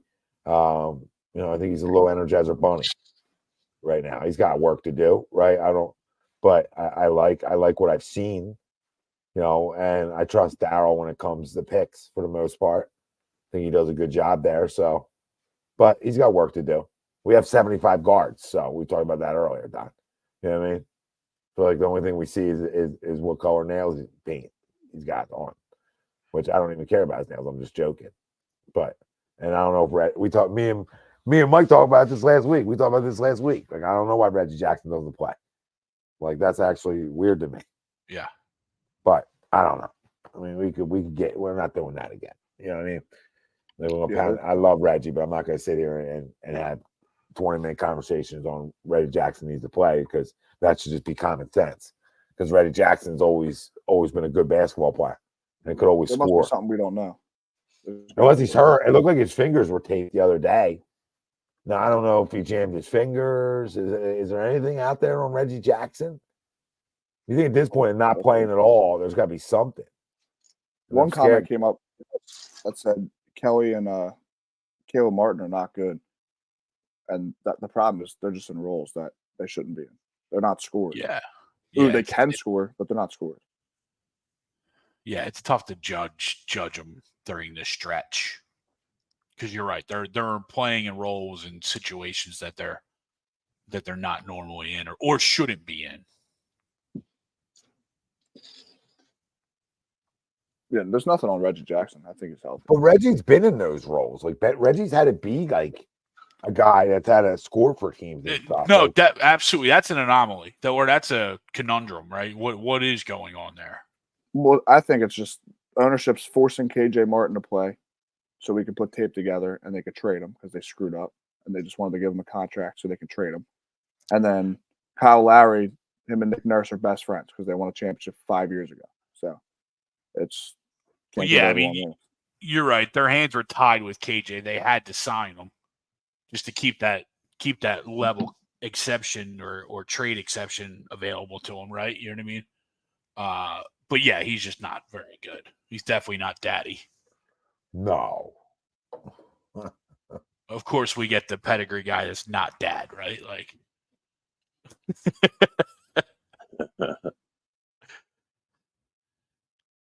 kill to have Kenyon right now, right? Like, even 50-year-old Kenyon. This is a mess, man. I love Embiid as much as anyone. It just me like Tom. I'm with you. Like he's a beast. It's hard to defend him anymore. Like especially I was spoiled growing up, going to games and stuff. My dad like hooked me up going to games. Every single tunnel that I'd be in, like when you're at I think it was the Lexus Club or whatever, all the players come out. Like everyone was super nice. Like before the game, there's only like 10 of you that could stand there and like dap them up before they get introduced for the starters. Every single one of them, even if they don't look at you, they'll just give you a high five. And B goes on the opposite side of the wall, won't even look over. Like I'm talking multiple games at a time. Like when they weren't even that good. Like and then when they got better too, he just wouldn't do it. Like everyone else daps you up or just at least looks over to you and gives you a wave. Nothing. I've heard not good things about him when it comes to stuff like that. So, yeah. I don't love it at all. It's like if you're winning, I'm good. You know what I mean? You can beat a prick. If I'm not winning, I got no time for the prick. Make sense? Right? I think we're all in agreement there. You can deal with the egotistical superstar if you're winning. I told you last summer, I'll keep going back to it. I would have backed up 75 U-Hauls into my freaking driveway of picks and players for him. I just would have did it. It was time. We can't talk about sitting him out and hoping he's going to be healthy when he literally sat out unhealthy last year, came back and got hurt again. So what are we talking about? It's just the Olympics. That's what's rubbing everyone the wrong way. He should have never played. It rubbed me the wrong way when you got hurt when you came back. Make sense? Yeah. Like I was already rubbed wrong because I not that you got hurt because you can't blame anybody for that. But it's been a huge track record here, and it's something that I thought it was time to move on from. It was just time to try something different. Now they go out and you get PG and you get us excited again, and here we are 1-5, and we're missing 25 a game, like on a bad day. You know what I mean? On a bad day, we're missing 25 a game, and that's where you're hurting your teammates, man. And I think truthfully, he don't give a shit. Not anymore. I got a bad vibe about him. Now you're telling me, you tell me Lexus Club. Mike's telling me about the Lexus Club. Now we got the news from Pumper on Sunday. Yeah, the Pump came out. Yep. Pump came out pumping on Sunday. Did we tell you guys? Great, tell you guys about what the Pump said. Did you guys hear what Pumper said? He said this is all Joel. Joel and his team of doctors are playing these games. Yep. Is essentially the short story. Yeah, that's what we heard. Now it's all from our insider, Brian Pumper. Yeah, well, a lot of super chats. You know what I mean? A lot of super chats. He was firing. He was loving like a blue check. That's loving firing out super chats to us on Sunday. Yeah, that's our blowing our mind. Blowing our mind. Yeah, we're like, if this is true, not a fan of it. I mean, we know they handle with kid gloves anyway, right? Like throughout his whole career, they've always been very. Well, he's I think break China doll type of thing, but he breaks himself all the time. I really thought I think he wants to win. I don't think he doesn't want to win. I just think he's obviously seems standoffish and a prick. Yeah. If he doesn't think you're on the level he's on. And I think now, I don't know. I mean, Luke's early. Yeah, go ahead, Greg. No, I was gonna say early in his career, we obviously gave him the benefit of the doubt, right? Because he thought that he showed at least to the outside and in the media, he showed that he thought like he wanted to be here. You thought that you wanted to play. Now it's just coming out that you're right. It just seems like, it seems like he's here for a paycheck, and that's all he's really worried about is making sure that he can get another paycheck. And 3 for $197 is a hell of a paycheck to get. Yeah, keeps your supermodel wife happy. Yeah, we're talking about family. That's a trend here in the Philly sports media. You know what I mean? Maybe I'm wrong about this. Maybe you guys could clear this up since we're talking about Joel, right? Because Reed mentions in here, Embiid said, "I've done so much for the city." Did I felt like those comments were taken out of context because I thought when I watched that clip back, he was speaking to reporters who constantly bashes dedication to the city and to bringing a championship here. And he was saying, I do so much to the city. And in the same comment, mentioned the Marcus Hayes story and basically said, it's bullshit that you're going to question my dedication to this city because I've done everything. Then I see people take excerpts and make it sound like he's talking about the fans of the city. But when I went and watched the clip, I didn't take it as he was talking about the fans of the city being frustrated. I took it as he was responding to somebody asked him about the Marcus Hayes story, and he was responding about being bashed by the media and his dedication to this city. Caleb Martin can't shoot anymore. I mean, hey, guys come here and can't shoot. It's amazing.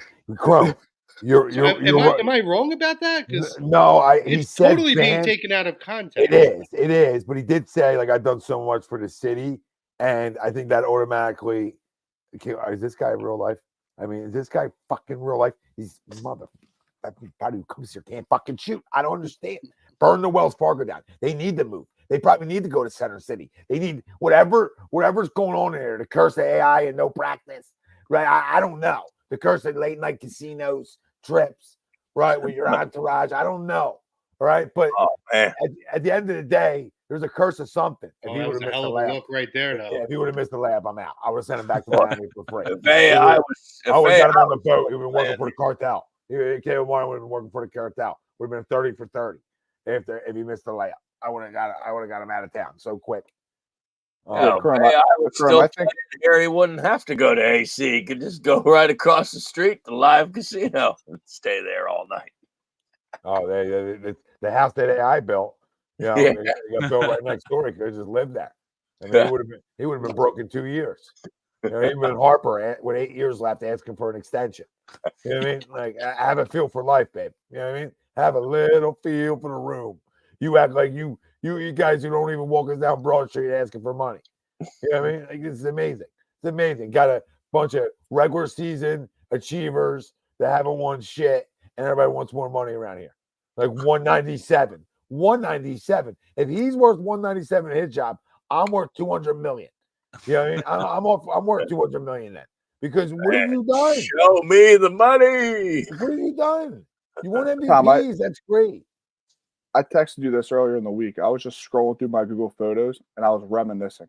I saw screenshots of when Embiid tweeted a cat and said a cat pulled on him tonight and he's calling him the P word and he's throwing all these words at him.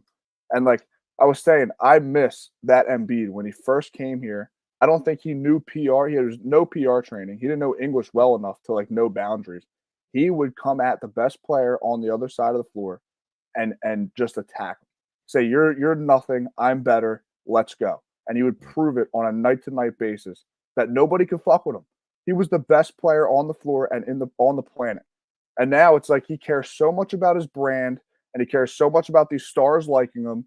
And like you said, were they talking about the reporters and the report and the story and this? Okay, I'd be mad if someone was talking about my family and stuff too. But it's part of the job. You're getting paid millions of dollars. Tune it out. Like he's turning into Kyrie Irving and Kevin Durant, where they're just unlikable. Like stop talking to the media. Don't engage in it. Who cares? You pay me $300 million. You can talk about whatever you want. You know what I mean? At the end of the day, it don't matter. Block it out. He used to attack these players. He used to say, "Towns, you can't do nothing on me," and he would dominate them. Yeah, but they can't not talk to the media, right? Because they get fined if they don't do that.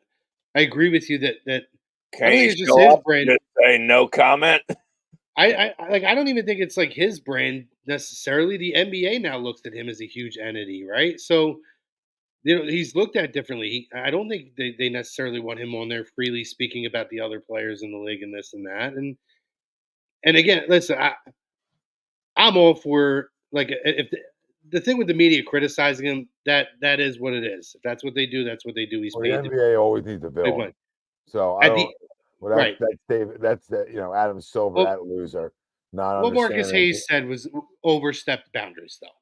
He questioned the man.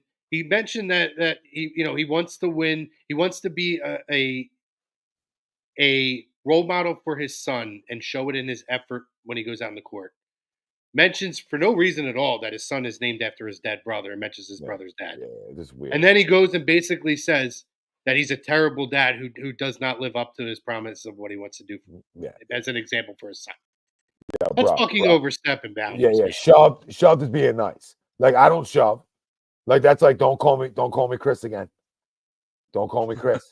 That's like that's the Jim Rome, or don't right? Wasn't don't call me Chris. Classic. Right. That's what I do. That's what I do to him. Marcus Hayes. Marcus Hayes might not walk again. Right, when I'm done flipping tables after him. So that's a no-no. That being said, the NBA needs a villain. Villains sell in the NBA. They always have. And so if they took away him like being able to go Dennis out players, Rodman, baby. If they're taking away him being able to go out players, being one of the stars of the league, then they're stupid for that. Which wouldn't surprise me that them being that dumb. You know what I mean? Because you always need that villain. It sells, right? Especially for a team that has underachieved. The villain even sells even more because they're trying to get over the hump. Does the villain ever get over the hump? Which we've essentially become. I mean, he's become a villain all around the league. Yeah. Because nobody likes him. Like, if you think about it, nobody likes him. Everybody will take him. Everybody will like him on their team. But again, I don't care about all the extra shit when you're a point-a-minute guy like he's been in his whole career. I mean, like, those guys don't grow on trees. That's why you can deal with all the extra. Because at the end of the day, when that dude's playing, ain't nobody like him in the league, man. So we forget that because he sits out so much now. Yeah. But like when he is playing, there ain't nobody that can do the things he can do. That's why we'll never look as good without him. Like, could this group go win 45 games if they playing together all year long? Maybe, right? Maybe they could. Probably not, right? But were they walking 45 with him playing? Absolutely, right? Absolutely. He's just different. There's my rants, boys. Yeah, I just miss, and I don't think the NBA would have did anything about it. I think it was more just him learning PR and building his brand. He signed to Under Armour. His agent was probably like, listen, you need to calm down. But it made these games in November, December just entertaining. I mean, he used to go at Westbrook, him and Russell Westbrook. There was triple overtime games between them, cursing each other out. Like, whoever the best player on the court was, he would attack him. And now it's like no one cares, no one likes him, no one respects him until he wins. And look what you marry into too. It's not a shot at his wife, but I'm making the point your wife's a model. There's PR that comes with that. There's publicists. There's all that kind of stuff, right? They're all leeches, right? Essentially, they're all leechers, in my opinion. So now they're all going to leech on, try to, then people start coming at him from those lines of work, right? So even if you're not looking to hire somebody like that, or you're not interested in that, over time, that comes your way, right? Make sense, guys? Over time, that's going to come your way because of who you're surrounded by too. He's at those parties, right? He's at those Reuben parties. He's at all those big events. So sometimes that stuff goes to your head too. Just play, bro. Or don't. And just be honest about it. That's where I think it's rubbed all of us the wrong way. Did we just miss 2 free throws again? Yeah. That was Drummond. It was the Olympics. The first one he airballed. I didn't have a problem with the Olympics. I didn't have this an issue summer. with that. No one did until he didn't show up day one of work. That's the issue. I'm telling you, That's it. I don't. I truly believe that there was a plan for him. That's why they were so sketchy. I believe there was a plan for him to not play the first few games. What screwed that up, there would not have been as much of a fuss about it, was when Paul George had to miss games too, when he got hurt. Because I think they could have gone a little more under the radar with it.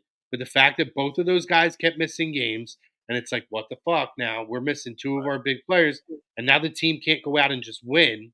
Right. I think that the team wouldn't have started 1-5 if George was playing. I think the intention. He didn't get hurt a day before the season. He got hurt a week before the season. Right, but I'm saying they didn't even talk about Embiid not starting the season until 2 days before the season started. I think the intention was for him to not start the season right away anyway. I really believe that. I listen, they load managed him in the Olympics. There's a lot of games he didn't play a whole lot of minutes. He didn't play a ton of games. to me, 3 months ago doesn't affect what his issue is now. And I would rather have played at the highest level and got a little taste of playing high-level basketball and getting a championship with great players. I think in the long run, that's more beneficial for him than worrying about he's missing a couple games. I think they intended to load manage him, and it became suspicious to the league when Paul George also was missing games. And now you're being super vague about what's going on. And that's where it highlighted it. Like, I really, truly believe that this was the intention for Embiid the whole time. Yeah, Hey, and boys, I don't think I hate you're to wrong. do this. I got to run. All right, so All right, you Noah. guys have a good one. FYI, I got the Birds 28-10 on Sunday. there you go. Sounds good, buddy. Love it. All right, root them in, boys. Take care. See you, buddy. See you, brother. Yeah, I think you're right, Chrome. Like, I'm not saying that your opinion's wrong. I'm just saying George got hurt a week before the season. So whoever's decision it was to sit Embiid like a couple games in the beginning, how that plan does not change when you have a week to prepare for that, that's what doesn't make sense to me. I think It's not like it's not like George got hurt a day before the season. No, I know. I just think they had it committed. They didn't have him ramped up the way they expected because they weren't expecting to start him in right away. And at that point, they had already made that commitment behind closed doors. So it's all right. Now we got to figure out how we're going to manage this because we got two guys not playing now. Yeah, that's what happened. They got caught with their pants down. Yep. There it is, Tom. Oh, Yeah. hello. Hey, hi. Hello. Right? Oh, Simple hey. as Like, do we that. need to ramp up for basketball? Like, it's just a joke to me. I No, mean, it's not we're on the even treadmill 3 days in a row. What are we ramping up? You're Yeah, playing yeah, a sport. Well, they listen. We talked about it. They exhausted all options. So now they came into this, and when PG got hurt, that's when they got caught with their pants down because they're like, all right, I'm maxing PG. That's sellable, and like opening night.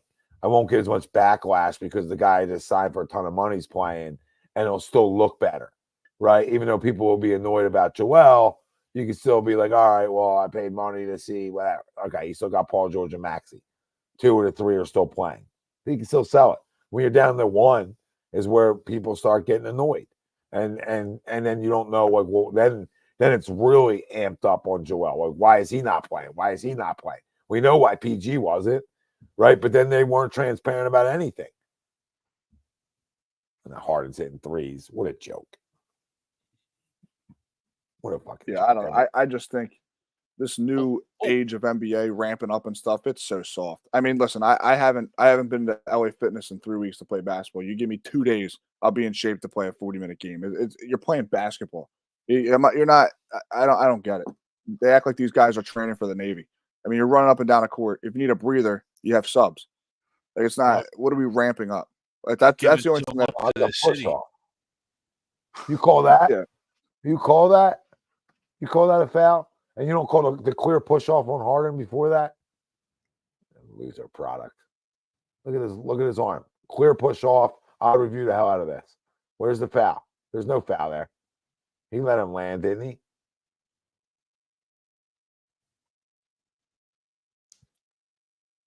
The ref saying they're reviewing it. The ref saying, I didn't see a push off. I didn't see a push off. Yeah, I did. Clown. I saw a lot because I used to be a ref. All right? I ref basketball. And when you rep basketball, you understand that's a different world. Yeah. Like, I repped a ton of baseball and softball games, umpired. And then I did basketball for a minute, like 2 winters in a row. And I was like, this is a different world. Oh, yeah. Like, people are on your neck. Yeah. You know what I mean? Everybody's on your neck.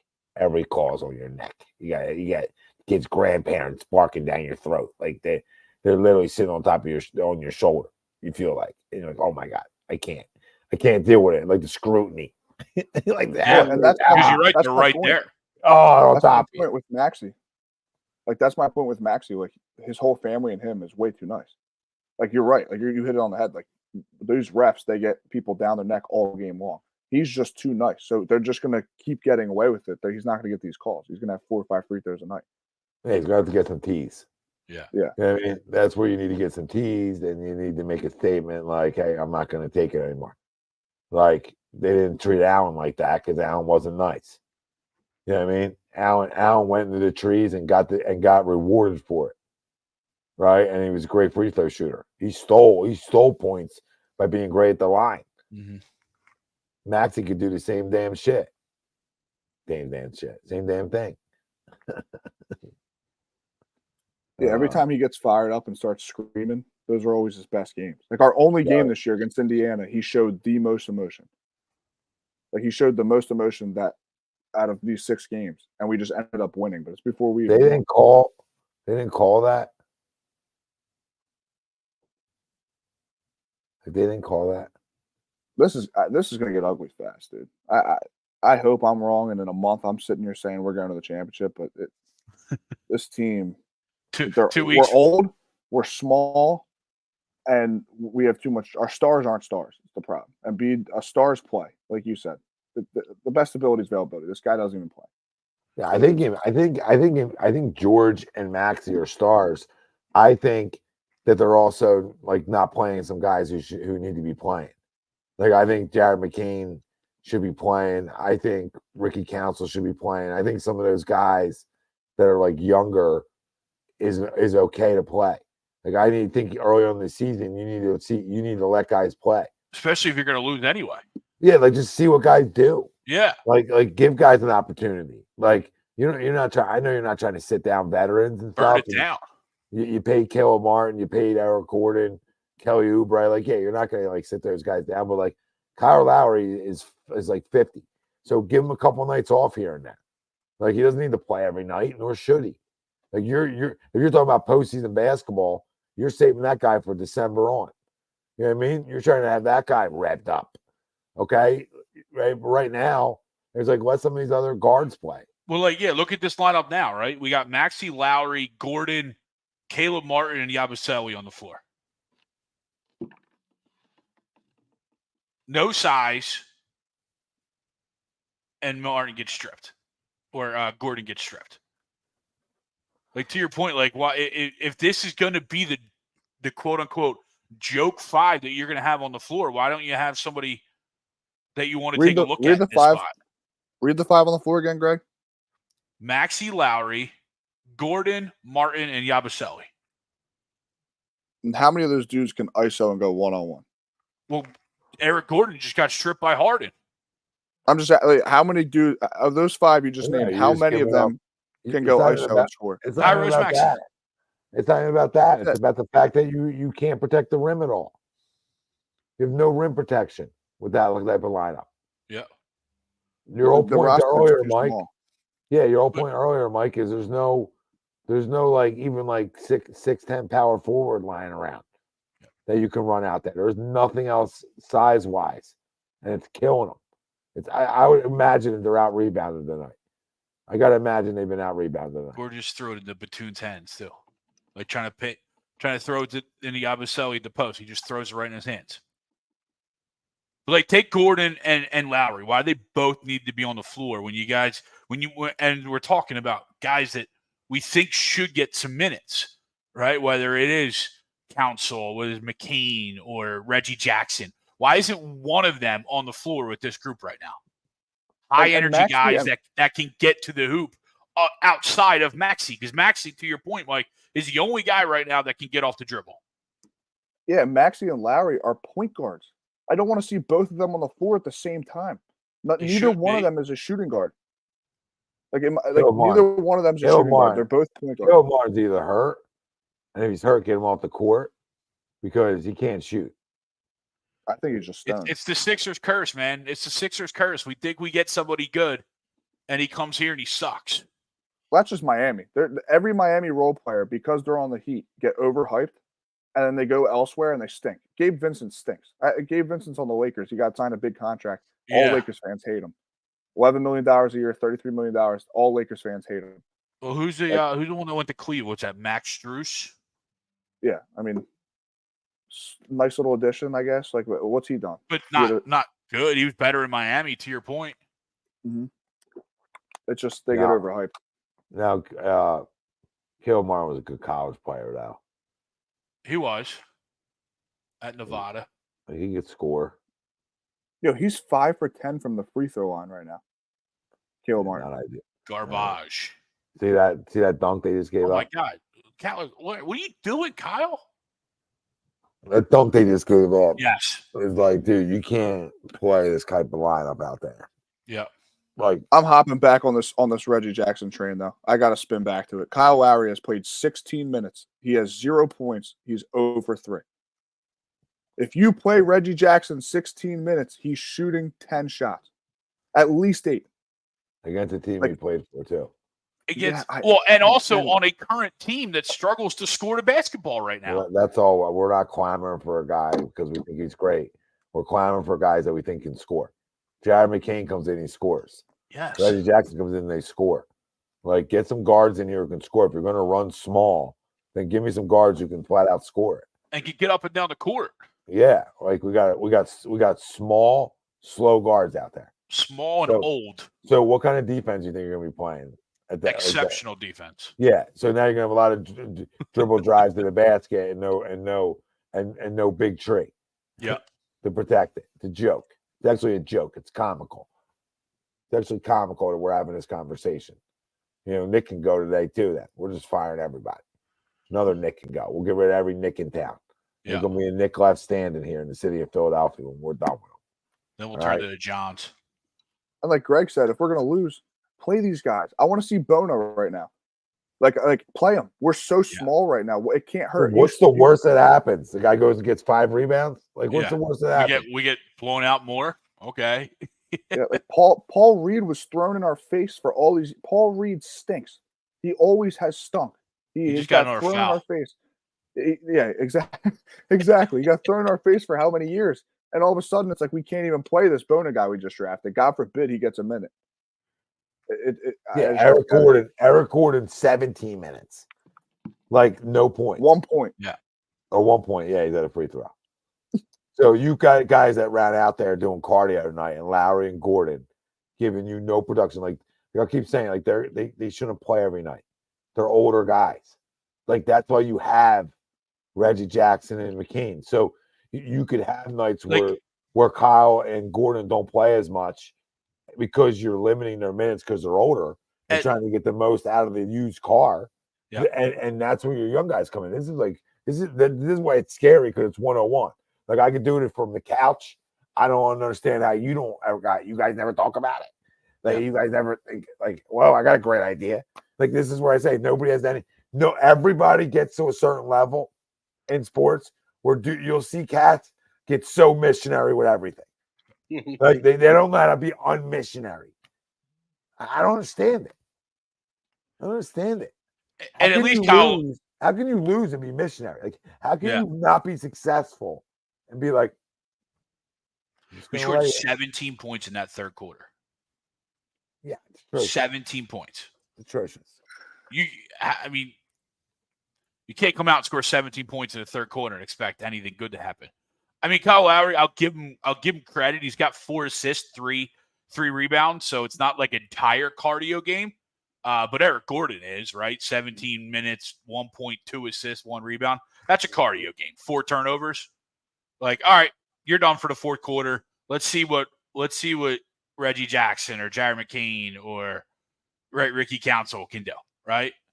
And it looks like some of these guys might be coming in. It looks like Jared McCain might be coming in. Or did he play a minute or something? Is he in? Yeah, he's in now. It's so sad. So this lineup looks like to be Lowry, George, Martin, or KJ Martin, McCain, and Yabusele. You have to play KJ Martin when you're running small like this too, because he's athletic. Like, you gotta get so many athletic guys that can jump up and can rebound because you're so small. Yep.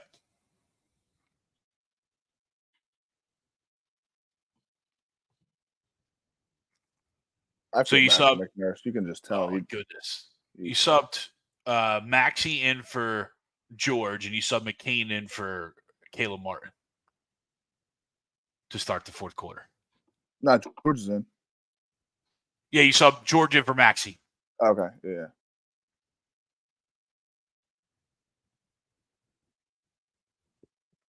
Yeah, I don't know what's going on here. I mean, Georgia has hit 2 straight shots, but you're still down 16 or 14. Don't call it a comeback. I just like McCain. But just like the group that ended, kind of to our point that we're all talking about, the group that ended the third quarter in this group, there's one scorer on the floor, in theory, right? You know what I mean? It was Maxey, and now it's George. There's no secondary help or even a threat of secondary help. Game's over. Yeah, no, it needs to get blown up. Like I've never been this way. Like I've always been the optimistic. You guys are just meeting me on the tail end of it, on the ass end of the conversation of the process. But I was always the optimistic. Wow, we're gonna do this, we're gonna do that. Especially this offseason. I'm seeing all the pieces. Like, make no mistake, Daryl Morey hit a home run. He did not by any means strike out. He got Caleb Martin for a steal. He signed Yabusele when I kept saying all summer we're small. Paul George cannot be your 4. He got Yabusele for nothing, little to nothing. Like, he home runned on this offseason. He did great. But that being said, blow it up, because it's Embiid he's the top of the drama and all this mess. He just needs to go. Get it over with, like, quicker rather than later. It's not going to happen this season, unfortunately. So I pray to God we do win. It's just, you're asking this guy to come back after not playing and carry a 1-10 team. It looks like that's what we're going to be. I mean, 5, 6, 7, we're going to be 1-8, most likely. We're not beating the Lakers. We'll beat the Hornets. Hopefully. I don't know. We lost to the Pistons, for Christ's sake. But we'll beat the Hornets. But the Lakers were losing, and the Cavs always play us tough. Whether Mitchell's a loser or not, it's the regular season. The Cavs always play us tough. We're going to lose to them. They're 9-0. So we're going to be 2-7 at best when this guy comes back. And we're going to hope he doesn't get hurt and then carry us to all these victories. So not only does he have to not get hurt now, he has to climb out of a hole that has been dug. I think it would be a lot different if he just played the beginning of the year, misses back-to-backs, whatever he's got to do, play a game here, miss a game, play 2 games here, miss 2 games, rather than just not playing at all, because now you're digging yourself out of a hole, and that's going to put more workload on you and more risk for injury. He's got to do so much more now than he was going to have to if he just started with a fresh slate. Yeah, because, I mean, even if you win 100% of his games, but he only plays 35, what are you going to end up with? 40 wins, 42 wins? Yeah. When we saw last year, we were the 2 seed. We were like 36-13, something crazy like that, and all of a sudden we're a 7 seed. You blink, he misses 3 months, and we're a 7 seed. We're in the play-in. The guy's got to play. Like, this stuff it's nonsense. It really is. I get rid of him. Yeah, I've been there for some reason. Yeah. Not for some reason, because, like, when he comes back, he's going to dominate. We're going to play really well. But then you hope, like, when you win games, right? Then when a guy doesn't play a night, like, you can steal one easier that way. Yeah. Right? Think. Like, than doing it this way. This way's hard. Like, starting a year without him is hard. Well, especially if what Luke was saying last week is true, and that these guys are practicing, so that the guys that are playing aren't able to practice together because they're trying to fit Joel and Paul up until this point into those practice plans, right? You know what I mean? So, oh wow, Ricky Council buckets. Oh, we're geniuses, by the way. We are geniuses, by the way. Ricky Council gets in the game, hits the first 3. Most excitement we've had all game. And we're down 19. It's sad. It's just sad. No, we're down. 19. We're 10 years into the process or whatever it is. We're sitting here talking about Ricky Council and Jared McCain. Good ball players, don't get me wrong, but we're talking about the 11th, 12th guy on our team begging to get Reggie Jackson. We're talking about the 14th dude on the team begging him to get minutes. Yeah. It's where we're at. It is what it is. It's amazing. Go Birds. Eagles scores. It's 7 and it's 43. I got 28-20.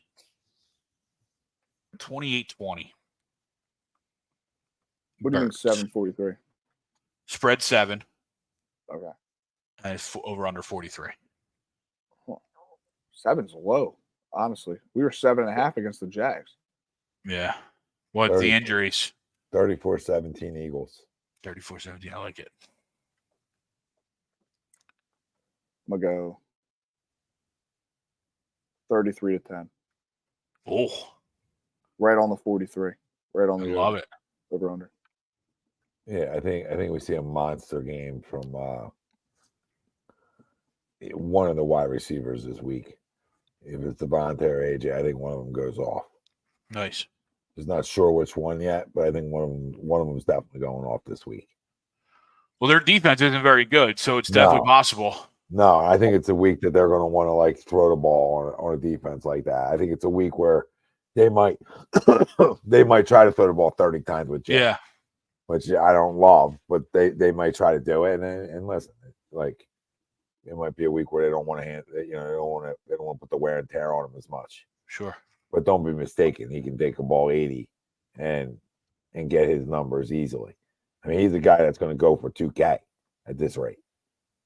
Yeah, I think he's 60 off of a K right now. Yeah, I think he's somewhere in that. He's over 900 yards, so he's under 100 yards for the already.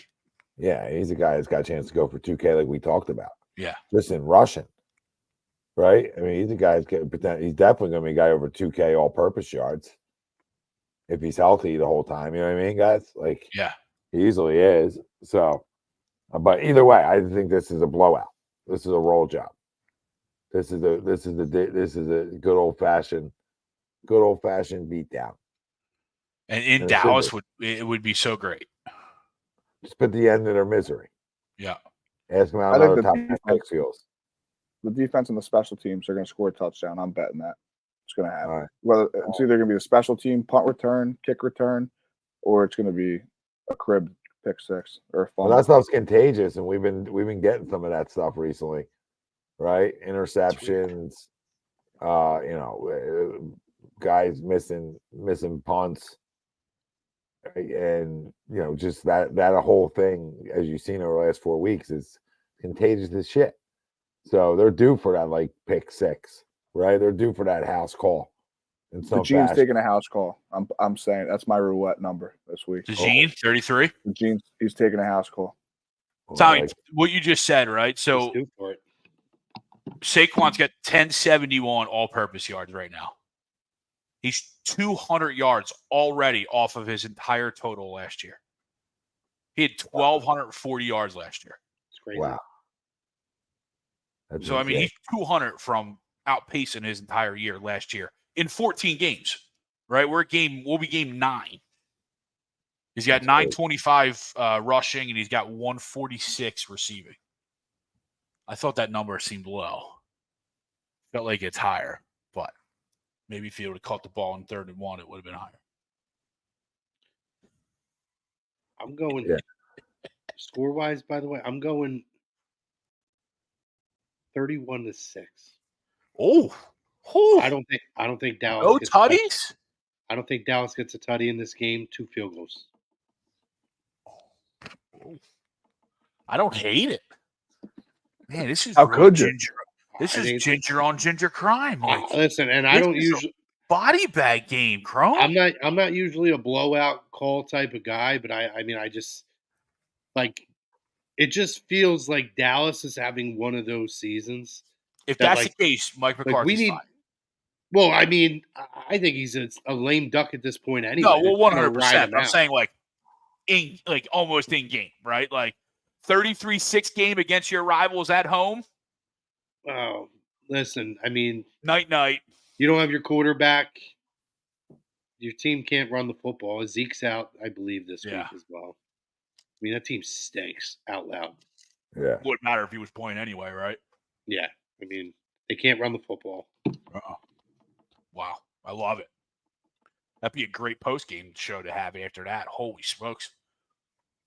Big Glaze City on that agree to disagree after that. What, Sunday night? Yeah. The 33-6 route. Oh, goodness. Yeah, was it last year we got routed in Dallas? And a night I won't be on. Oh, you're not on Sunday? No, I told you. Oh, is that Atlantic City? Yeah, I told you. Oh, okay. Was that last year we went into Dallas and got routed? Was it last year? like it was. We won in Dallas last year, didn't we? Let me see. I thought we lost at home. I could be wrong. Yeah, December 11th, 2023. We lost to the Cowboys at AT&T Stadium, 33-13. It was in Dallas. Okay, I thought we lost. I thought we beat them there, and they beat us here. Yeah. So I think it's roles reversed. I think history's going to repeat itself, but we'll be on the good side. That was right in the middle of the downfall. Mm-hmm. Can you imagine though? Like, you remember back beating the Bills in overtime? Yeah. Firing high, and then you're like, all right, no big deal. San Fran has our number, right? Like, it's all right. Letdown game. Don't worry, they'll bounce back for the Cowboys. They'll get up for the Cowboys. Yeah. And then you're like, oh, well, Cowboys always play as hard at home. Mm-hmm. try to cope with that. And then I think it all set in that Seattle game. Like, you can't lose to Drew Lock in Seattle. No. That Elliott field goal was ridiculous on the Bills game. Yeah. Oh, yeah. We beat the Bills in the pouring cold, wet rain, 30 degrees outside. Well, we were all like, oh, they're just finding ways to win. Yeah. Like that's what great teams do. Like, they're sloppy. But I told you, the biggest thing that we forgot about was what happened to teams after they lose a Super Bowl. Right? It just hit us later. It hit us later. Like, it was there. We were just good. So we still found ways to win games. Yeah. And then obviously this year, is Maxey hurt? Oh, that's fun. Was he grabbing his hammy?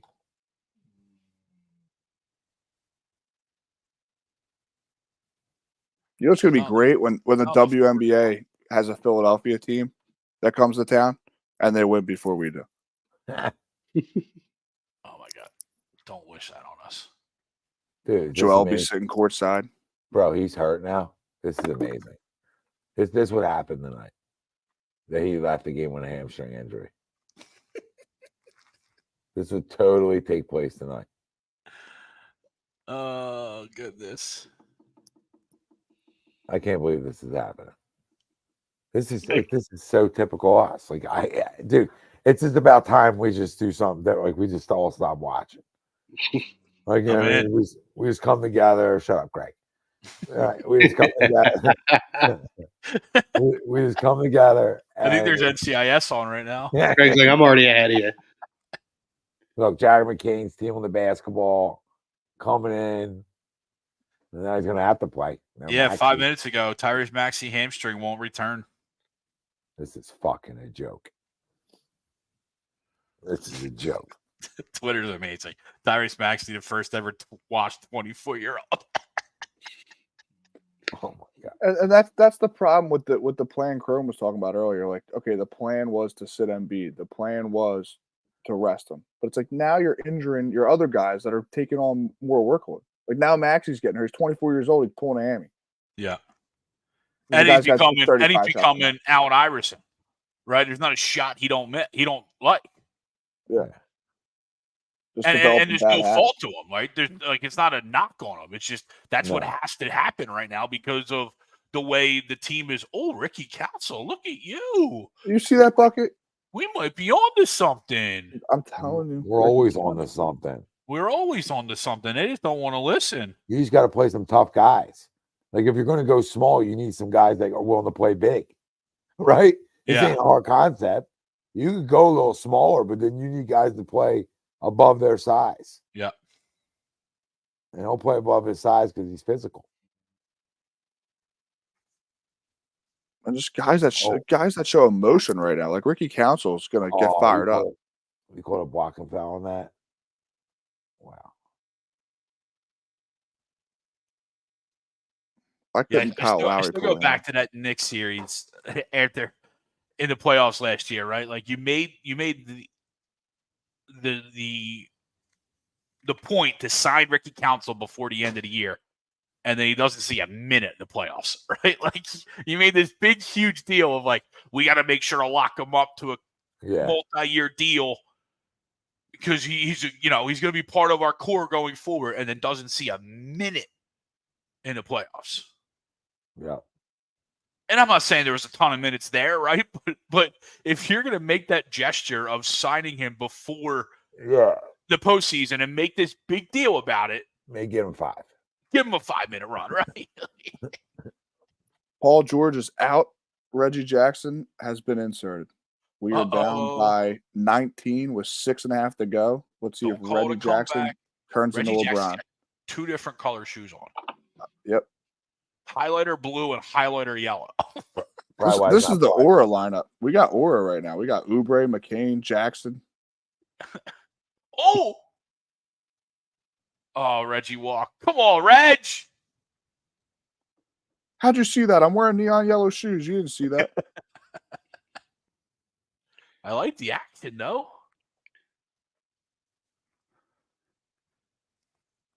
Well, gentlemen, with this is my curtain call. I have to wake up for work in 4 hours. I'll probably still be awake. Lucky you. Not lucky me. I'll just still be awake. Just pull Joel. Just text your boss. Say, listen, I've done enough for my work. I've done so much for this city, the city of Blackwood. Yeah.